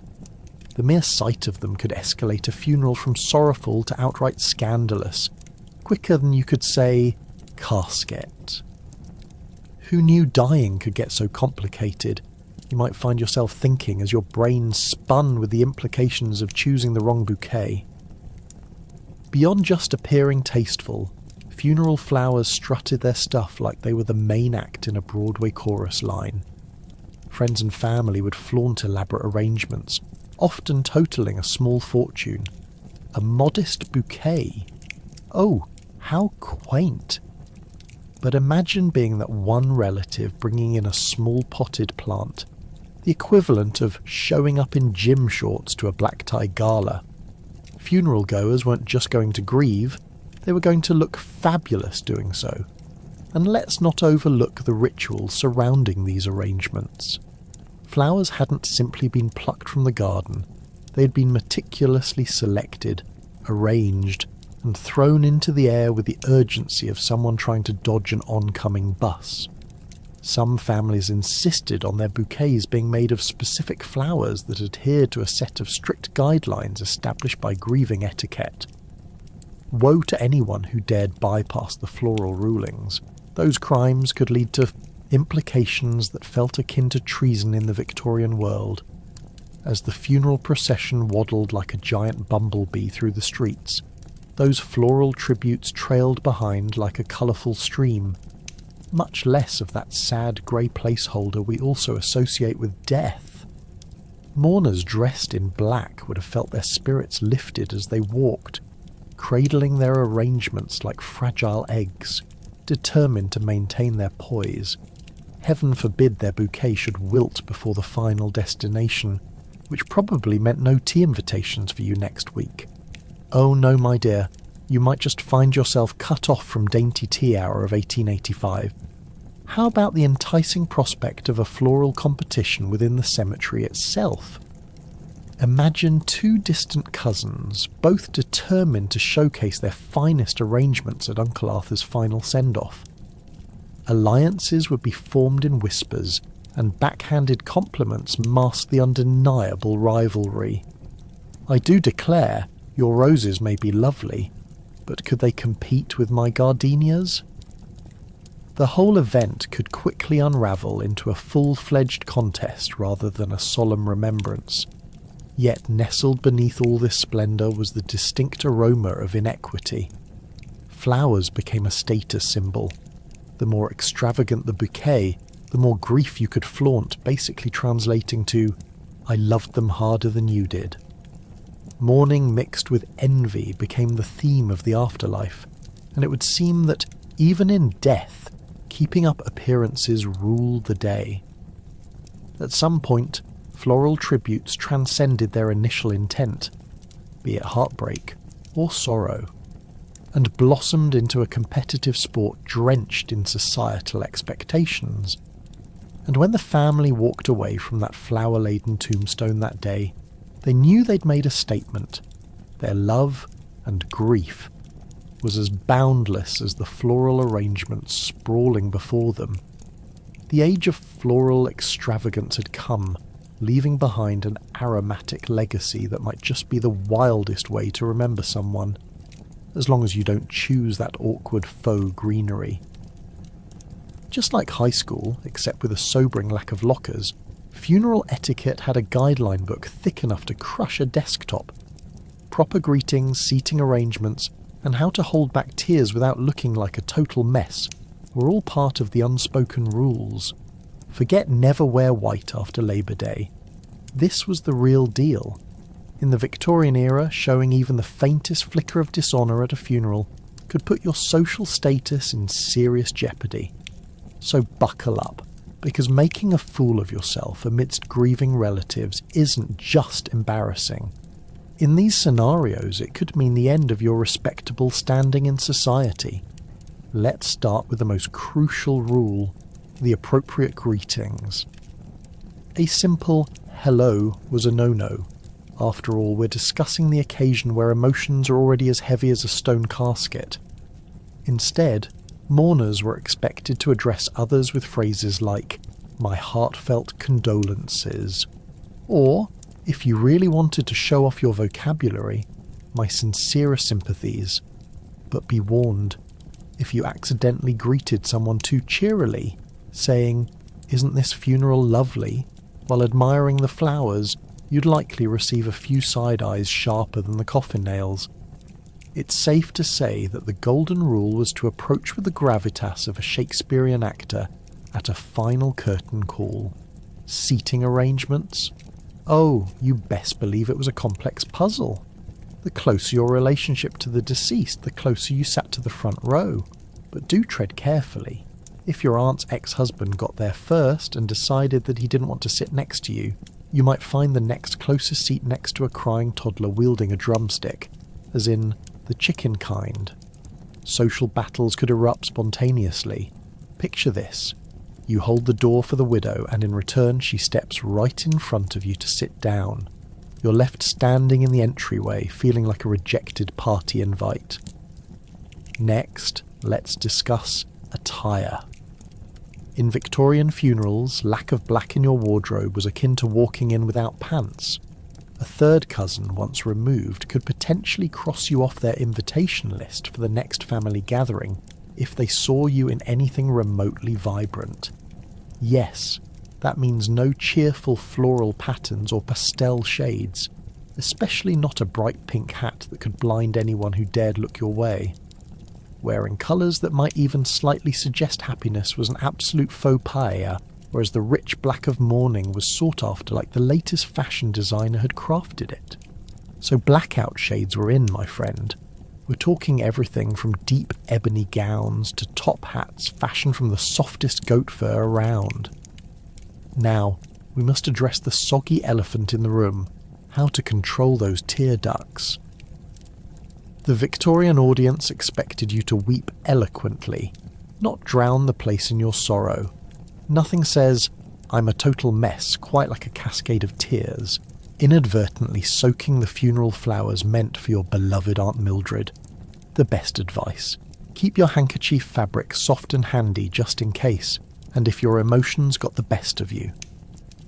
The quickest route to redemption was a delicate dab at your eyes, followed by a knowing nod of empathy as if to say, "I assure you I'm completely composed while my heart is in shambles." But listen, if you found yourself in utter collapse, the nearest professional mourner was nearby, ready to step in and help with your melodrama. They often got paid to be theatrical anyway. As you navigated the gathering, it was crucial to maintain the right level of engagement. A proper funeral required the sombre practice of exchanging stories, but never to the point where one would cause chuckles and snickers, though let's be honest, humour may very well surface. So there you were, caught in a chronological whirlwind of shared tales about the deceased's kitten fishing expedition, or how they once attempted to fix a bicycle with slightly less triumph than a circus clown. Keeping it tasteful was vital. Laughter at a funeral was as welcome as a skunk at a garden party. And of course, let's not forget the final touch of Victorian memorial style, the post-funeral gathering. In contrast to today's nuance of tea gatherings and small cakes, the Victorian era welcomed feasts fit for kings and queens. Food was as much a part of mourning as the black attire and sombre faces. Grief could lead to an appetite, and you knew your Aunt Gertrude wouldn't return from the grave if you disrespected her founding role of serving scalding tea and slightly oversalted biscuits to keep spirits high. So there you have it. A fitting guide to navigating the labyrinth of funeral etiquette, an art of grief so polished, wearing it well could elevate your social status from lost soul to pillar of society. Do remember, the next time you find yourself tear-streaked in a crowd of mourners, you can keep your head up and still find your way through the etiquette dance. Because in Victorian society, it was always about how well you could hold your composure while keeping a 2-ton casket in mind. What a time to be alive, or in this case, dead. The final act of turning relatives into literal dust. Familiar with cremation? The Victorians certainly weren't afraid to admit it. This practice didn't just come with a fancy urn, it was replete with distinctive and dramatic rituals. To Ashes with Thee took on a whole new poetic tilt, much like your average weekend drama class. Picture it. The beloved aunt who always brought questionable potpourri to family gatherings now finding tranquility in a lovely ceramic vase. Forget the lawn gnomes. That was the kind of garden decor that truly stood out. As much as the idea of cremation sounds sweet, it came with its own complexities. For starters, not everyone was on board. Class distinctions permeated even in death. You were either an upscale, artfully constructed ash mound, or hastily strewn opportunistically in the packet of the local snack station. Imagine your wealthy friend stressing over whether Aunt Edna would enjoy the butler-style ash dispersal, or might prefer the bohemian drizzle method. She would never truly be at rest without her stylistic preferences honoured. cremation ceremonies were a tad more theatrical than the pinky in the air tea party we'd have at family reunions. Families adorned their loved ones in their best outfits, complete with wigs. Yes, wigs. It was like enduring a funeral version of what not to wear. The Victorians took this very seriously, with fashion dictating how relatives would greet the fiery embrace of their final journey. Nothing like a dapper bowler hat or a feathery mourning veil to signal that, yes, Uncle Roger is finally returning to dust. But let's all take a moment to appreciate how fabulously he went. After dressing the deceased as if they were attending a royal gala, the next order of business involved the ceremonial procession, much more ambitious than a chatty Wednesday morning book club. Picture a lineup of grieving relatives bedecked in layers of black, marching like they're members of an avant-garde performing arts group, leading the way to the crematorium where flames await to swallow cherished ones whole. If you think funeral home workers have a difficult job now, they were the original dark magic wielders, balancing respect, horror, and a faint residual longing for lighter conversation throughout. But what really took the cake, or should I say the ashes, was the ritual itself. Some families held what could only be termed a celebration of life, gathering post-cremation, topped off with slightly questionable quiche and overly flavoured punch. You'd think grief would dampen the mood, but oh no, it became a soiree of sorts. Roger would have loved this quiche, a tearful relative might emphasise while stuffing their face. Because if there's one thing that was certain, it's that family reunions were always followed by a buffet of food that could make a Viking weep with joy. And let's talk about the ashes. Oh, the ashes. Upon returning from the cremation ceremony, the relatives were tasked with the very important job of deciding where Uncle Roger's dust should go. Some choose the garden metaphorically so they could grow from it. But let's be real, they were just trying to avoid disposing of Uncle Roger down the loo. Others scattered their family members' ashes in sentimental spots, like that hill by the family picnic area or their favourite fishing hole, while others simply opted for the mantelpiece, as if inserting a tacky conversation starter into their living room decor. Ah yes, that old ash pile. I feel irresistibly joyful every time I dust it. Controversies abounded too.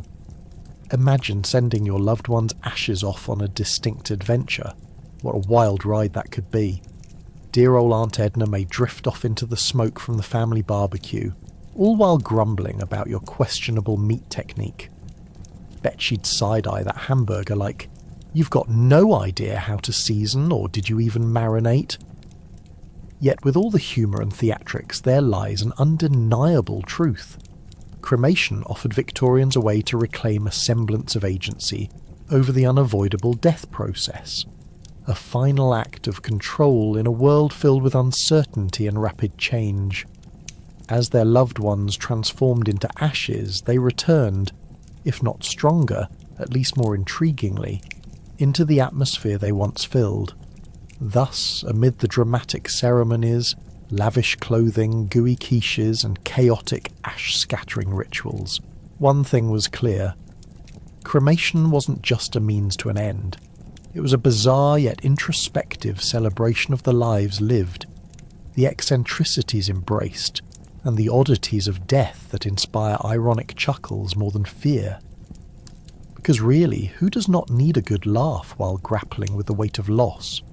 So light those candles, hold on to those memories, and remind yourself that with every flame, a bit of dust might just help you connect with the wild, weird world of old. What happens when you have a loved one who preferred beach days over dark graves? You take those ashes to the shore, of course. Scattering ashes became a staple part of how I want to go, because heaven knows that intense sun exposure while mourning is the trend to chase. Yes, the Victorian spirit was all about turning even death into a picnic, right? Imagine loading up the family car with a cooler full of sandwiches, a beach ball, and a suitcase stuffed with the ashes of great Uncle Barnaby, who who always claimed he wanted to live life to the fullest, even while he was perpetually half asleep in his armchair. Now, you might be wondering about the logistics here. Will there be an official announcement before you hurl a heavy bag of dust into the wind? Should we put ashes in hand on the invitation, or will that ruin the mimosas? Some combat this dilemma with great finesse. After all, what better way to honour a loved one than with a salty breeze, crashing waves, and an assortment of excellent excuses to avoid hard-to-answer questions from nosy relatives? Of course, funerals back in the Victorian time were elaborate affairs, complete with long black-clad processions, and here we are mentioning beach outings as an alternative. Who knew that Uncle Barnaby's final wish involved a sun hat and sandals? But let's be honest, there's something delightfully absurd about posthumously placing your loved ones in your beach bag for a final hurrah. With just a pinch of poetry, they're not just going to be spread out among freaked-out sunbathers. They're embracing the laid-back vibe and riding the waves of eternity, one gull at a time. Let's also take a moment to discuss the fine art of ash scattering etiquette. There are unofficial rules, of course. First, and most crucially, you want to consider the wind direction. This isn't just a toss-it-in-the-air proposition. If you toss Great Uncle Barnaby's ashes into a brisk onshore breeze, you might accidentally start a family feud, or get an unexpected facial, as your cousin Timmy gets a faceful of what should be floating toward the horizon. Surprise, Aunt Cheryl, is not the cheerful commentary you want echoing across the coast. Furthermore, timing is everything. You can either choose the peace of a serene dawn, or the bustling chaos of a sunset as your backdrop, where you can accidentally blend the experience with sunset snaps for Instagram.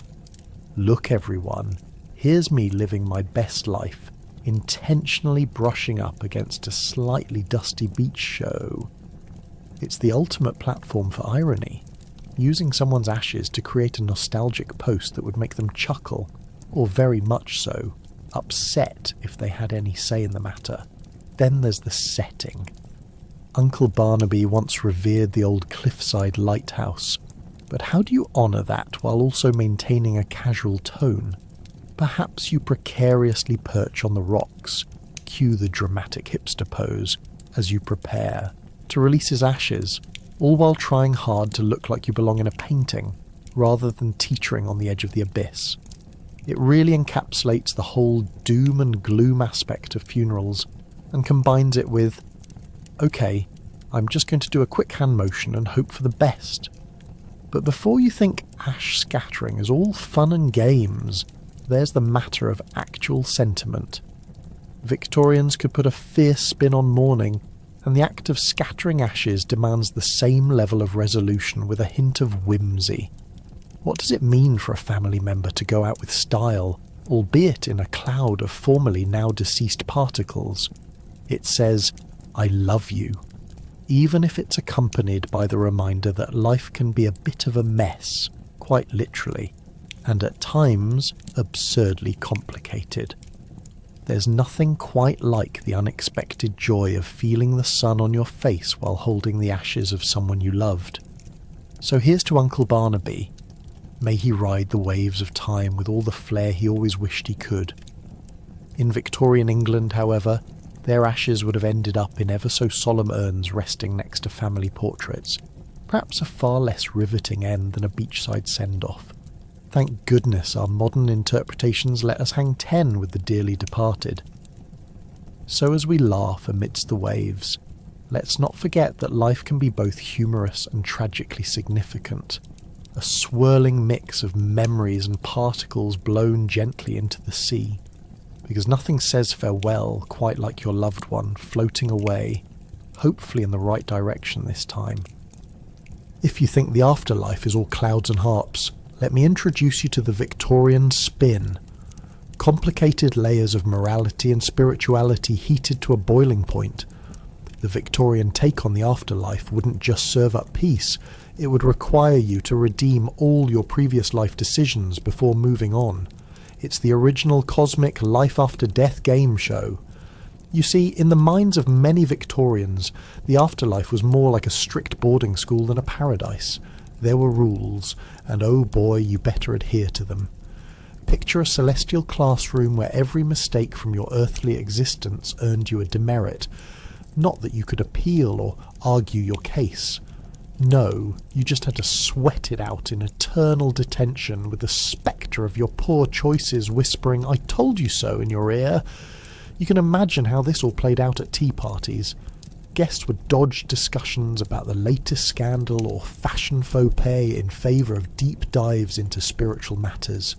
"Have you heard, dear Cecily? Old Mr. Hartfield was seen playing croquet with the devil on his way to the afterlife." Ladies would sip their tea while eyeing their fellow mourners over the porcelain rim, calculating better behaviour benchmarks for their spiritual portfolios. That fluttering sensation in your stomach when you're called to the teacher's desk barely scratched the surface of anxiety over Judgment Day. You might as well have worn a sign that read, "One more infraction, and I'll be harvesting mists for the next century." And speaking of tea parties, spiritualism swept through Victorian society like a wave of goosebumps. The fascination with communicating with the dead turned into a fashionable pastime, akin to the latest trends in lace design. One could almost see families hosting ghastly soirees, complete with ghostly guest stars, where they'd gather round a table, fingers lightly resting on an Ouija board as spirits made the rounds. "Good evening, Marie-Antoinette. May I ask what your thoughts are on soufflés?" That's right. It became quite the social event to summon the dearly departed and engage in tête-à-tête with those who had shuffled off this mortal coil. One moment, you'd be bringing up your cousin's terrible taste in hats. The next, you could be asking Shakespeare for his take on modern poetry. You still had to mind your manners, of course. No impatient eye rolls or audibly disappointed huffs. Proper protocol dictated that every message from beyond had to be met with absolute seriousness and reverence, unless you wanted to risk a disapproving shake of a ghostly finger and get sent straight to the underworld of the misjudged pun. That was a jest, you see, you might say, smiling nervously. The ghost of my sense of humour. But as amusing as these seances were, they also served a more profound purpose, an attempt to grasp what lay beyond the veil of mortality. The Victorian spirit world was not merely a trend. It reflected a culture grappling with issues of loss and existential doubts. The loss of children to disease and mothers to childbirth was remarkably common during this time, making contact with the dead a way to alleviate immense grief. To hear endlessly conflicting messages from the great beyond lightened burdens, even if for a fleeting moment. You wondered why Aunt Edna picked that amateur magician as her husband, then asked a medium to dish out his secrets. No stone would go unturned, and discovering hidden artifacts would spiral into the eeriest detective story. Not to be outdone by their neighbours, the Victorian upper class was also keen on the stories of sin redemption that permeated religious sermons. Think of it like purgatory was the ultimate waiting room, offering desperate souls a chance to explain themselves while being casually judged over a cup of cold tea. Nothing like running into good old St. Peter while sporting an 18th century wig and trying to sweet-talk your way through the celestial gates. Honestly, it was all just a misunderstanding. The turkey was undercooked, I swear. You could almost hear God rolling his eyes. So, whether one found themselves stalking around in a ghost-driven social circle, or cosily contemplating what details of their life might soon qualify them for purgatory, it was clear. The Victorian afterlife demanded attention. It demanded not just right behaviour, but a sort of cosmic paperwork filled with responsibility. You'd want to cross every T and dot every I, except, of course, every version of I seems to hinge on the type of tea you served. So, as you pull the shawl of Victorian tradition right off your slumbering form tonight, consider how the era treated the delicate and often comedic topic of death. With spirituality wrapped around social norms, the afterlife became the test of character for generations. The interplay between rigorous etiquette and a good laugh at mortality's absurdity echoes richly through time, and when you peek into your dreams, remember to smooth down those ruffled feathers, because in this cosmic classroom every flutter could add your name to the detention list. Want a piece of your dearly departed family member? How about a grave rubbing? Charming and slightly macabre, this act had the potential to feel like a fine arts creation. Grab some charcoal and cardboard, let's honour the inheritance left behind with a beautiful treasure hunt on a graveyard walk. Back in the Victorian era, visiting a cemetery wasn't just a solemn affair. It was practically a social event akin to finding the perfect brunch spot on a sunny Sunday. People would don their best mourning attire, black hats included, and jaunt through the graveyard like it was a leisurely stroll through the park with a dash of eerie ambience. Picture this: the crisp air filled with the scent of damp earth and aged stone. Your heart is a mix of dread and anticipation. With each gravestone marked by years of history, you'd gather your supplies, ready for some avant-garde ancestral art. Surprisingly, grave rubbings weren't as grim as they seem. They were viewed as a lovely method of remembering the departed, as well as an art form that allowed one to forge a physical connection to their late loved ones. You could collect the memories, plaster them onto your living room wall and tell your guests, "Oh, this is simply a family heirloom." Because really, who wouldn't want to unleash a little chilling decor when friends come over for tea? Under the watchful eyes of angels and deathly cherubs, the entire process was equal parts adhesive genius and creative outpouring. You'd take your charcoal, gently rub it across the engraved letters and designs of the gravestone, and lo and behold, you had an artsy keepsake. It was as if you were channeling the spirits while holding a brush dipped in the ink of memory. The resulting impression served as a perfect reminder of your loved one's existence, woefully vague in nuance but brimming with sentimental charm. But let's be honest, while the act of grave rubbing was about honouring the deceased, it also had a cheeky social dimension that can't be overlooked. Think of it as the Victorian equivalent of a modern TikTok challenge. People would gather in groups, compare engravings, and even swap stories of the dearly departed like trading cards. Oh, that's nothing. Check out my great-aunt Edna's gravestone, the one shaped like a giant potato. It was morbidly entertaining, perhaps a little uncomfortable, with old stones creeping out newer generations, and yet it built a powerful community filled with echoes of laughter, albeit one that came alongside significant clouds of awkwardness.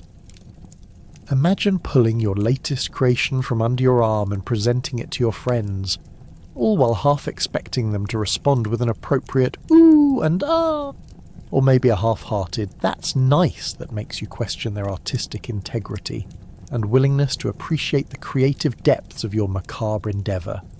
Some might even insist on displaying these rubbings at home, next to the family portraits, to keep Aunt Gertrude's memory alive or transform your polished living room into an art gallery of splendid despair. Of course, the authorities of the day had their opinions on grave rubbings, often throwing around words like disrespecting the dead. But what's a little artistic expression in the face of eternal slumber? Imagine having a family meeting about ways to remember Uncle Fred. Should we scatter his ashes or just go for a gravestone rubbing? Thoughts? Daring to challenge the very fabric of the Victorian moral compass must have felt thrilling, even when there were grumblings from self-righteous churchgoers about the proper way to honour someone. The rubbers simply shrugged, twirled their moustaches and declared, "Art." You know, as if that settled everything.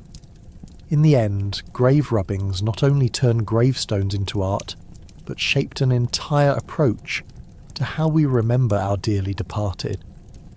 These peculiar yet beautiful keepsakes served a profound purpose: to carry a piece of our loved ones with us long after they have departed, They provided a tangible connection intertwined with the magical and the morbid, a celebration of life, death, and an unyielding hope that memories leave an impression that lingers eternally. So next time you're enjoying a little too much of that Victorian family lore, think of the art that slowly crept from graves into homes and ultimately into our hearts, bridging the chasm between the living and the dead in the most delightfully peculiar way possible. Wait, do the Victorians actually celebrate death? Quite so. While others may think that mourning is all tears and wails, let's also embrace moments of laughter and honouring memories. If comedians were around, they'd have made quite a fortune at these gatherings, letting us know that death doesn't get us out of a good joke. Picture it now, a Victorian funeral, impeccably dressed mourners in black, solemn expressions on their faces, and lurking just behind the heavy lace curtains are the repressed giggles of family members sharing tales of the deceased that rival the most poignant Shakespearean comedy.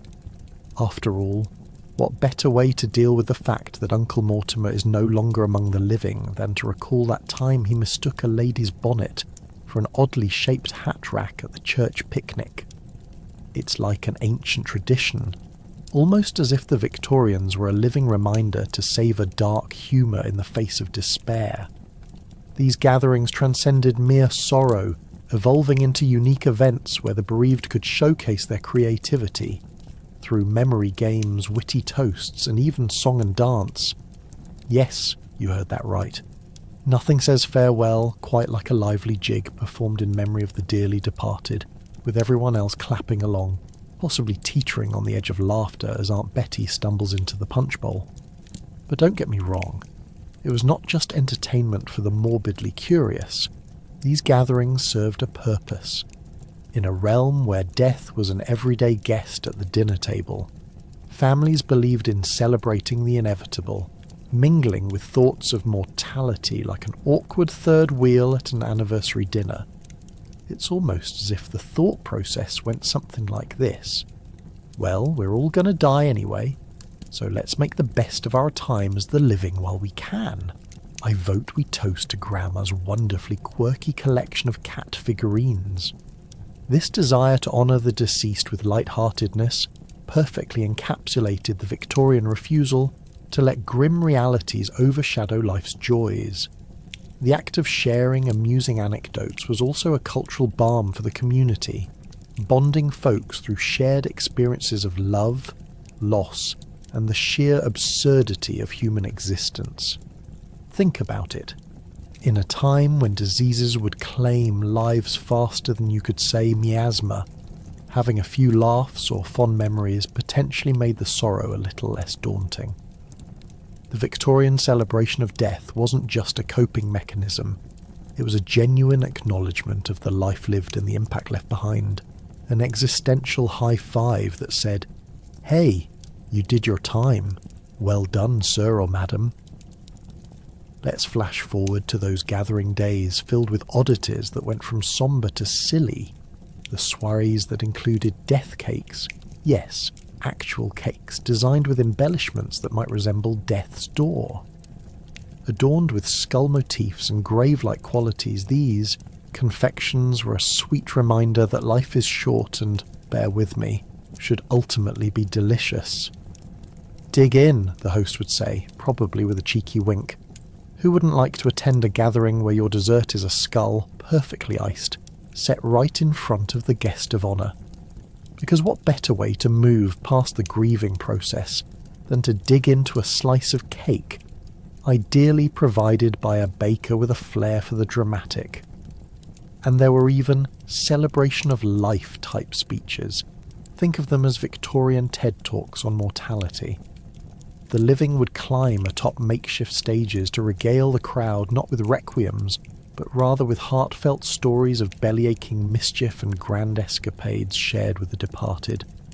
Imagine a Victorian host painting vibrant scenes of misadventures, reminiscing comically about that time Cousin Harold tried to impress the neighbours' daughters with his ill-fated tightrope act, only to land face first into a potted geranium. The insurance claims of the neighbours claim to cover emotional damages to that flower bed. While modern mourning tends to tiptoe around the topic of death, Victorians were more like, gather round, let's talk about that fabulous time Aunt Edna dressed as a cake at the birthday party. This open-air attitude allowed for comfort amid grief. So, take a moment to appreciate those eccentricities of the Victoria age, because as the saying goes, life is a party, even if you don't know when the punchline will drop.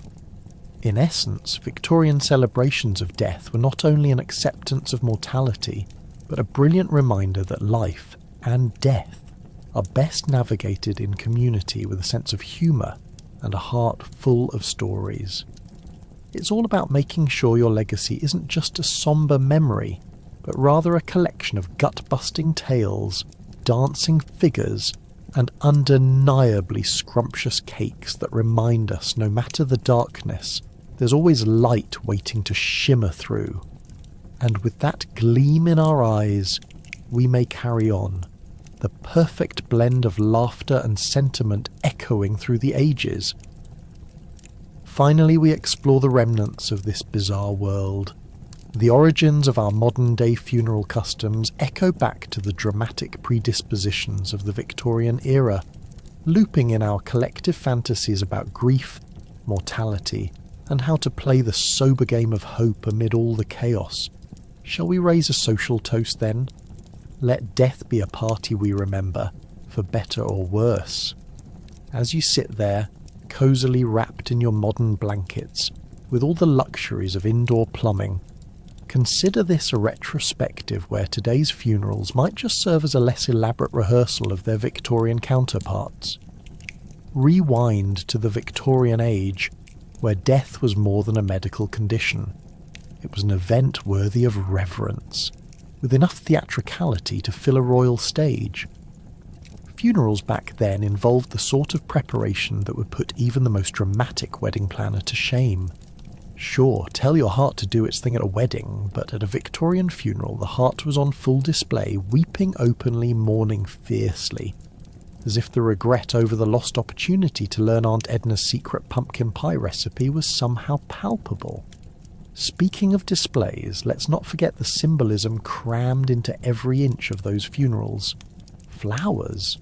Oh, they weren't merely decoration. They were intentional messages. Lilies for innocence, roses for love, and forget-me-nots screaming, "Please don't let Granny's memory rot."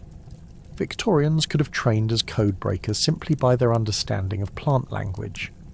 The floral arrangements were like coded love letters to the dead, crafted with such care that P. Diddy would surely be envious of their blooms. And then we have those inspired epitaphs carved into gravestones, carefully crafted to encapsulate a person's life story in a few poignant words. If only we could hone our Instagram captions to such a degree.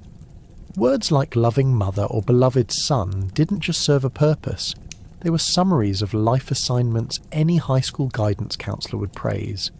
Except they really didn't need to worry about college applications anymore.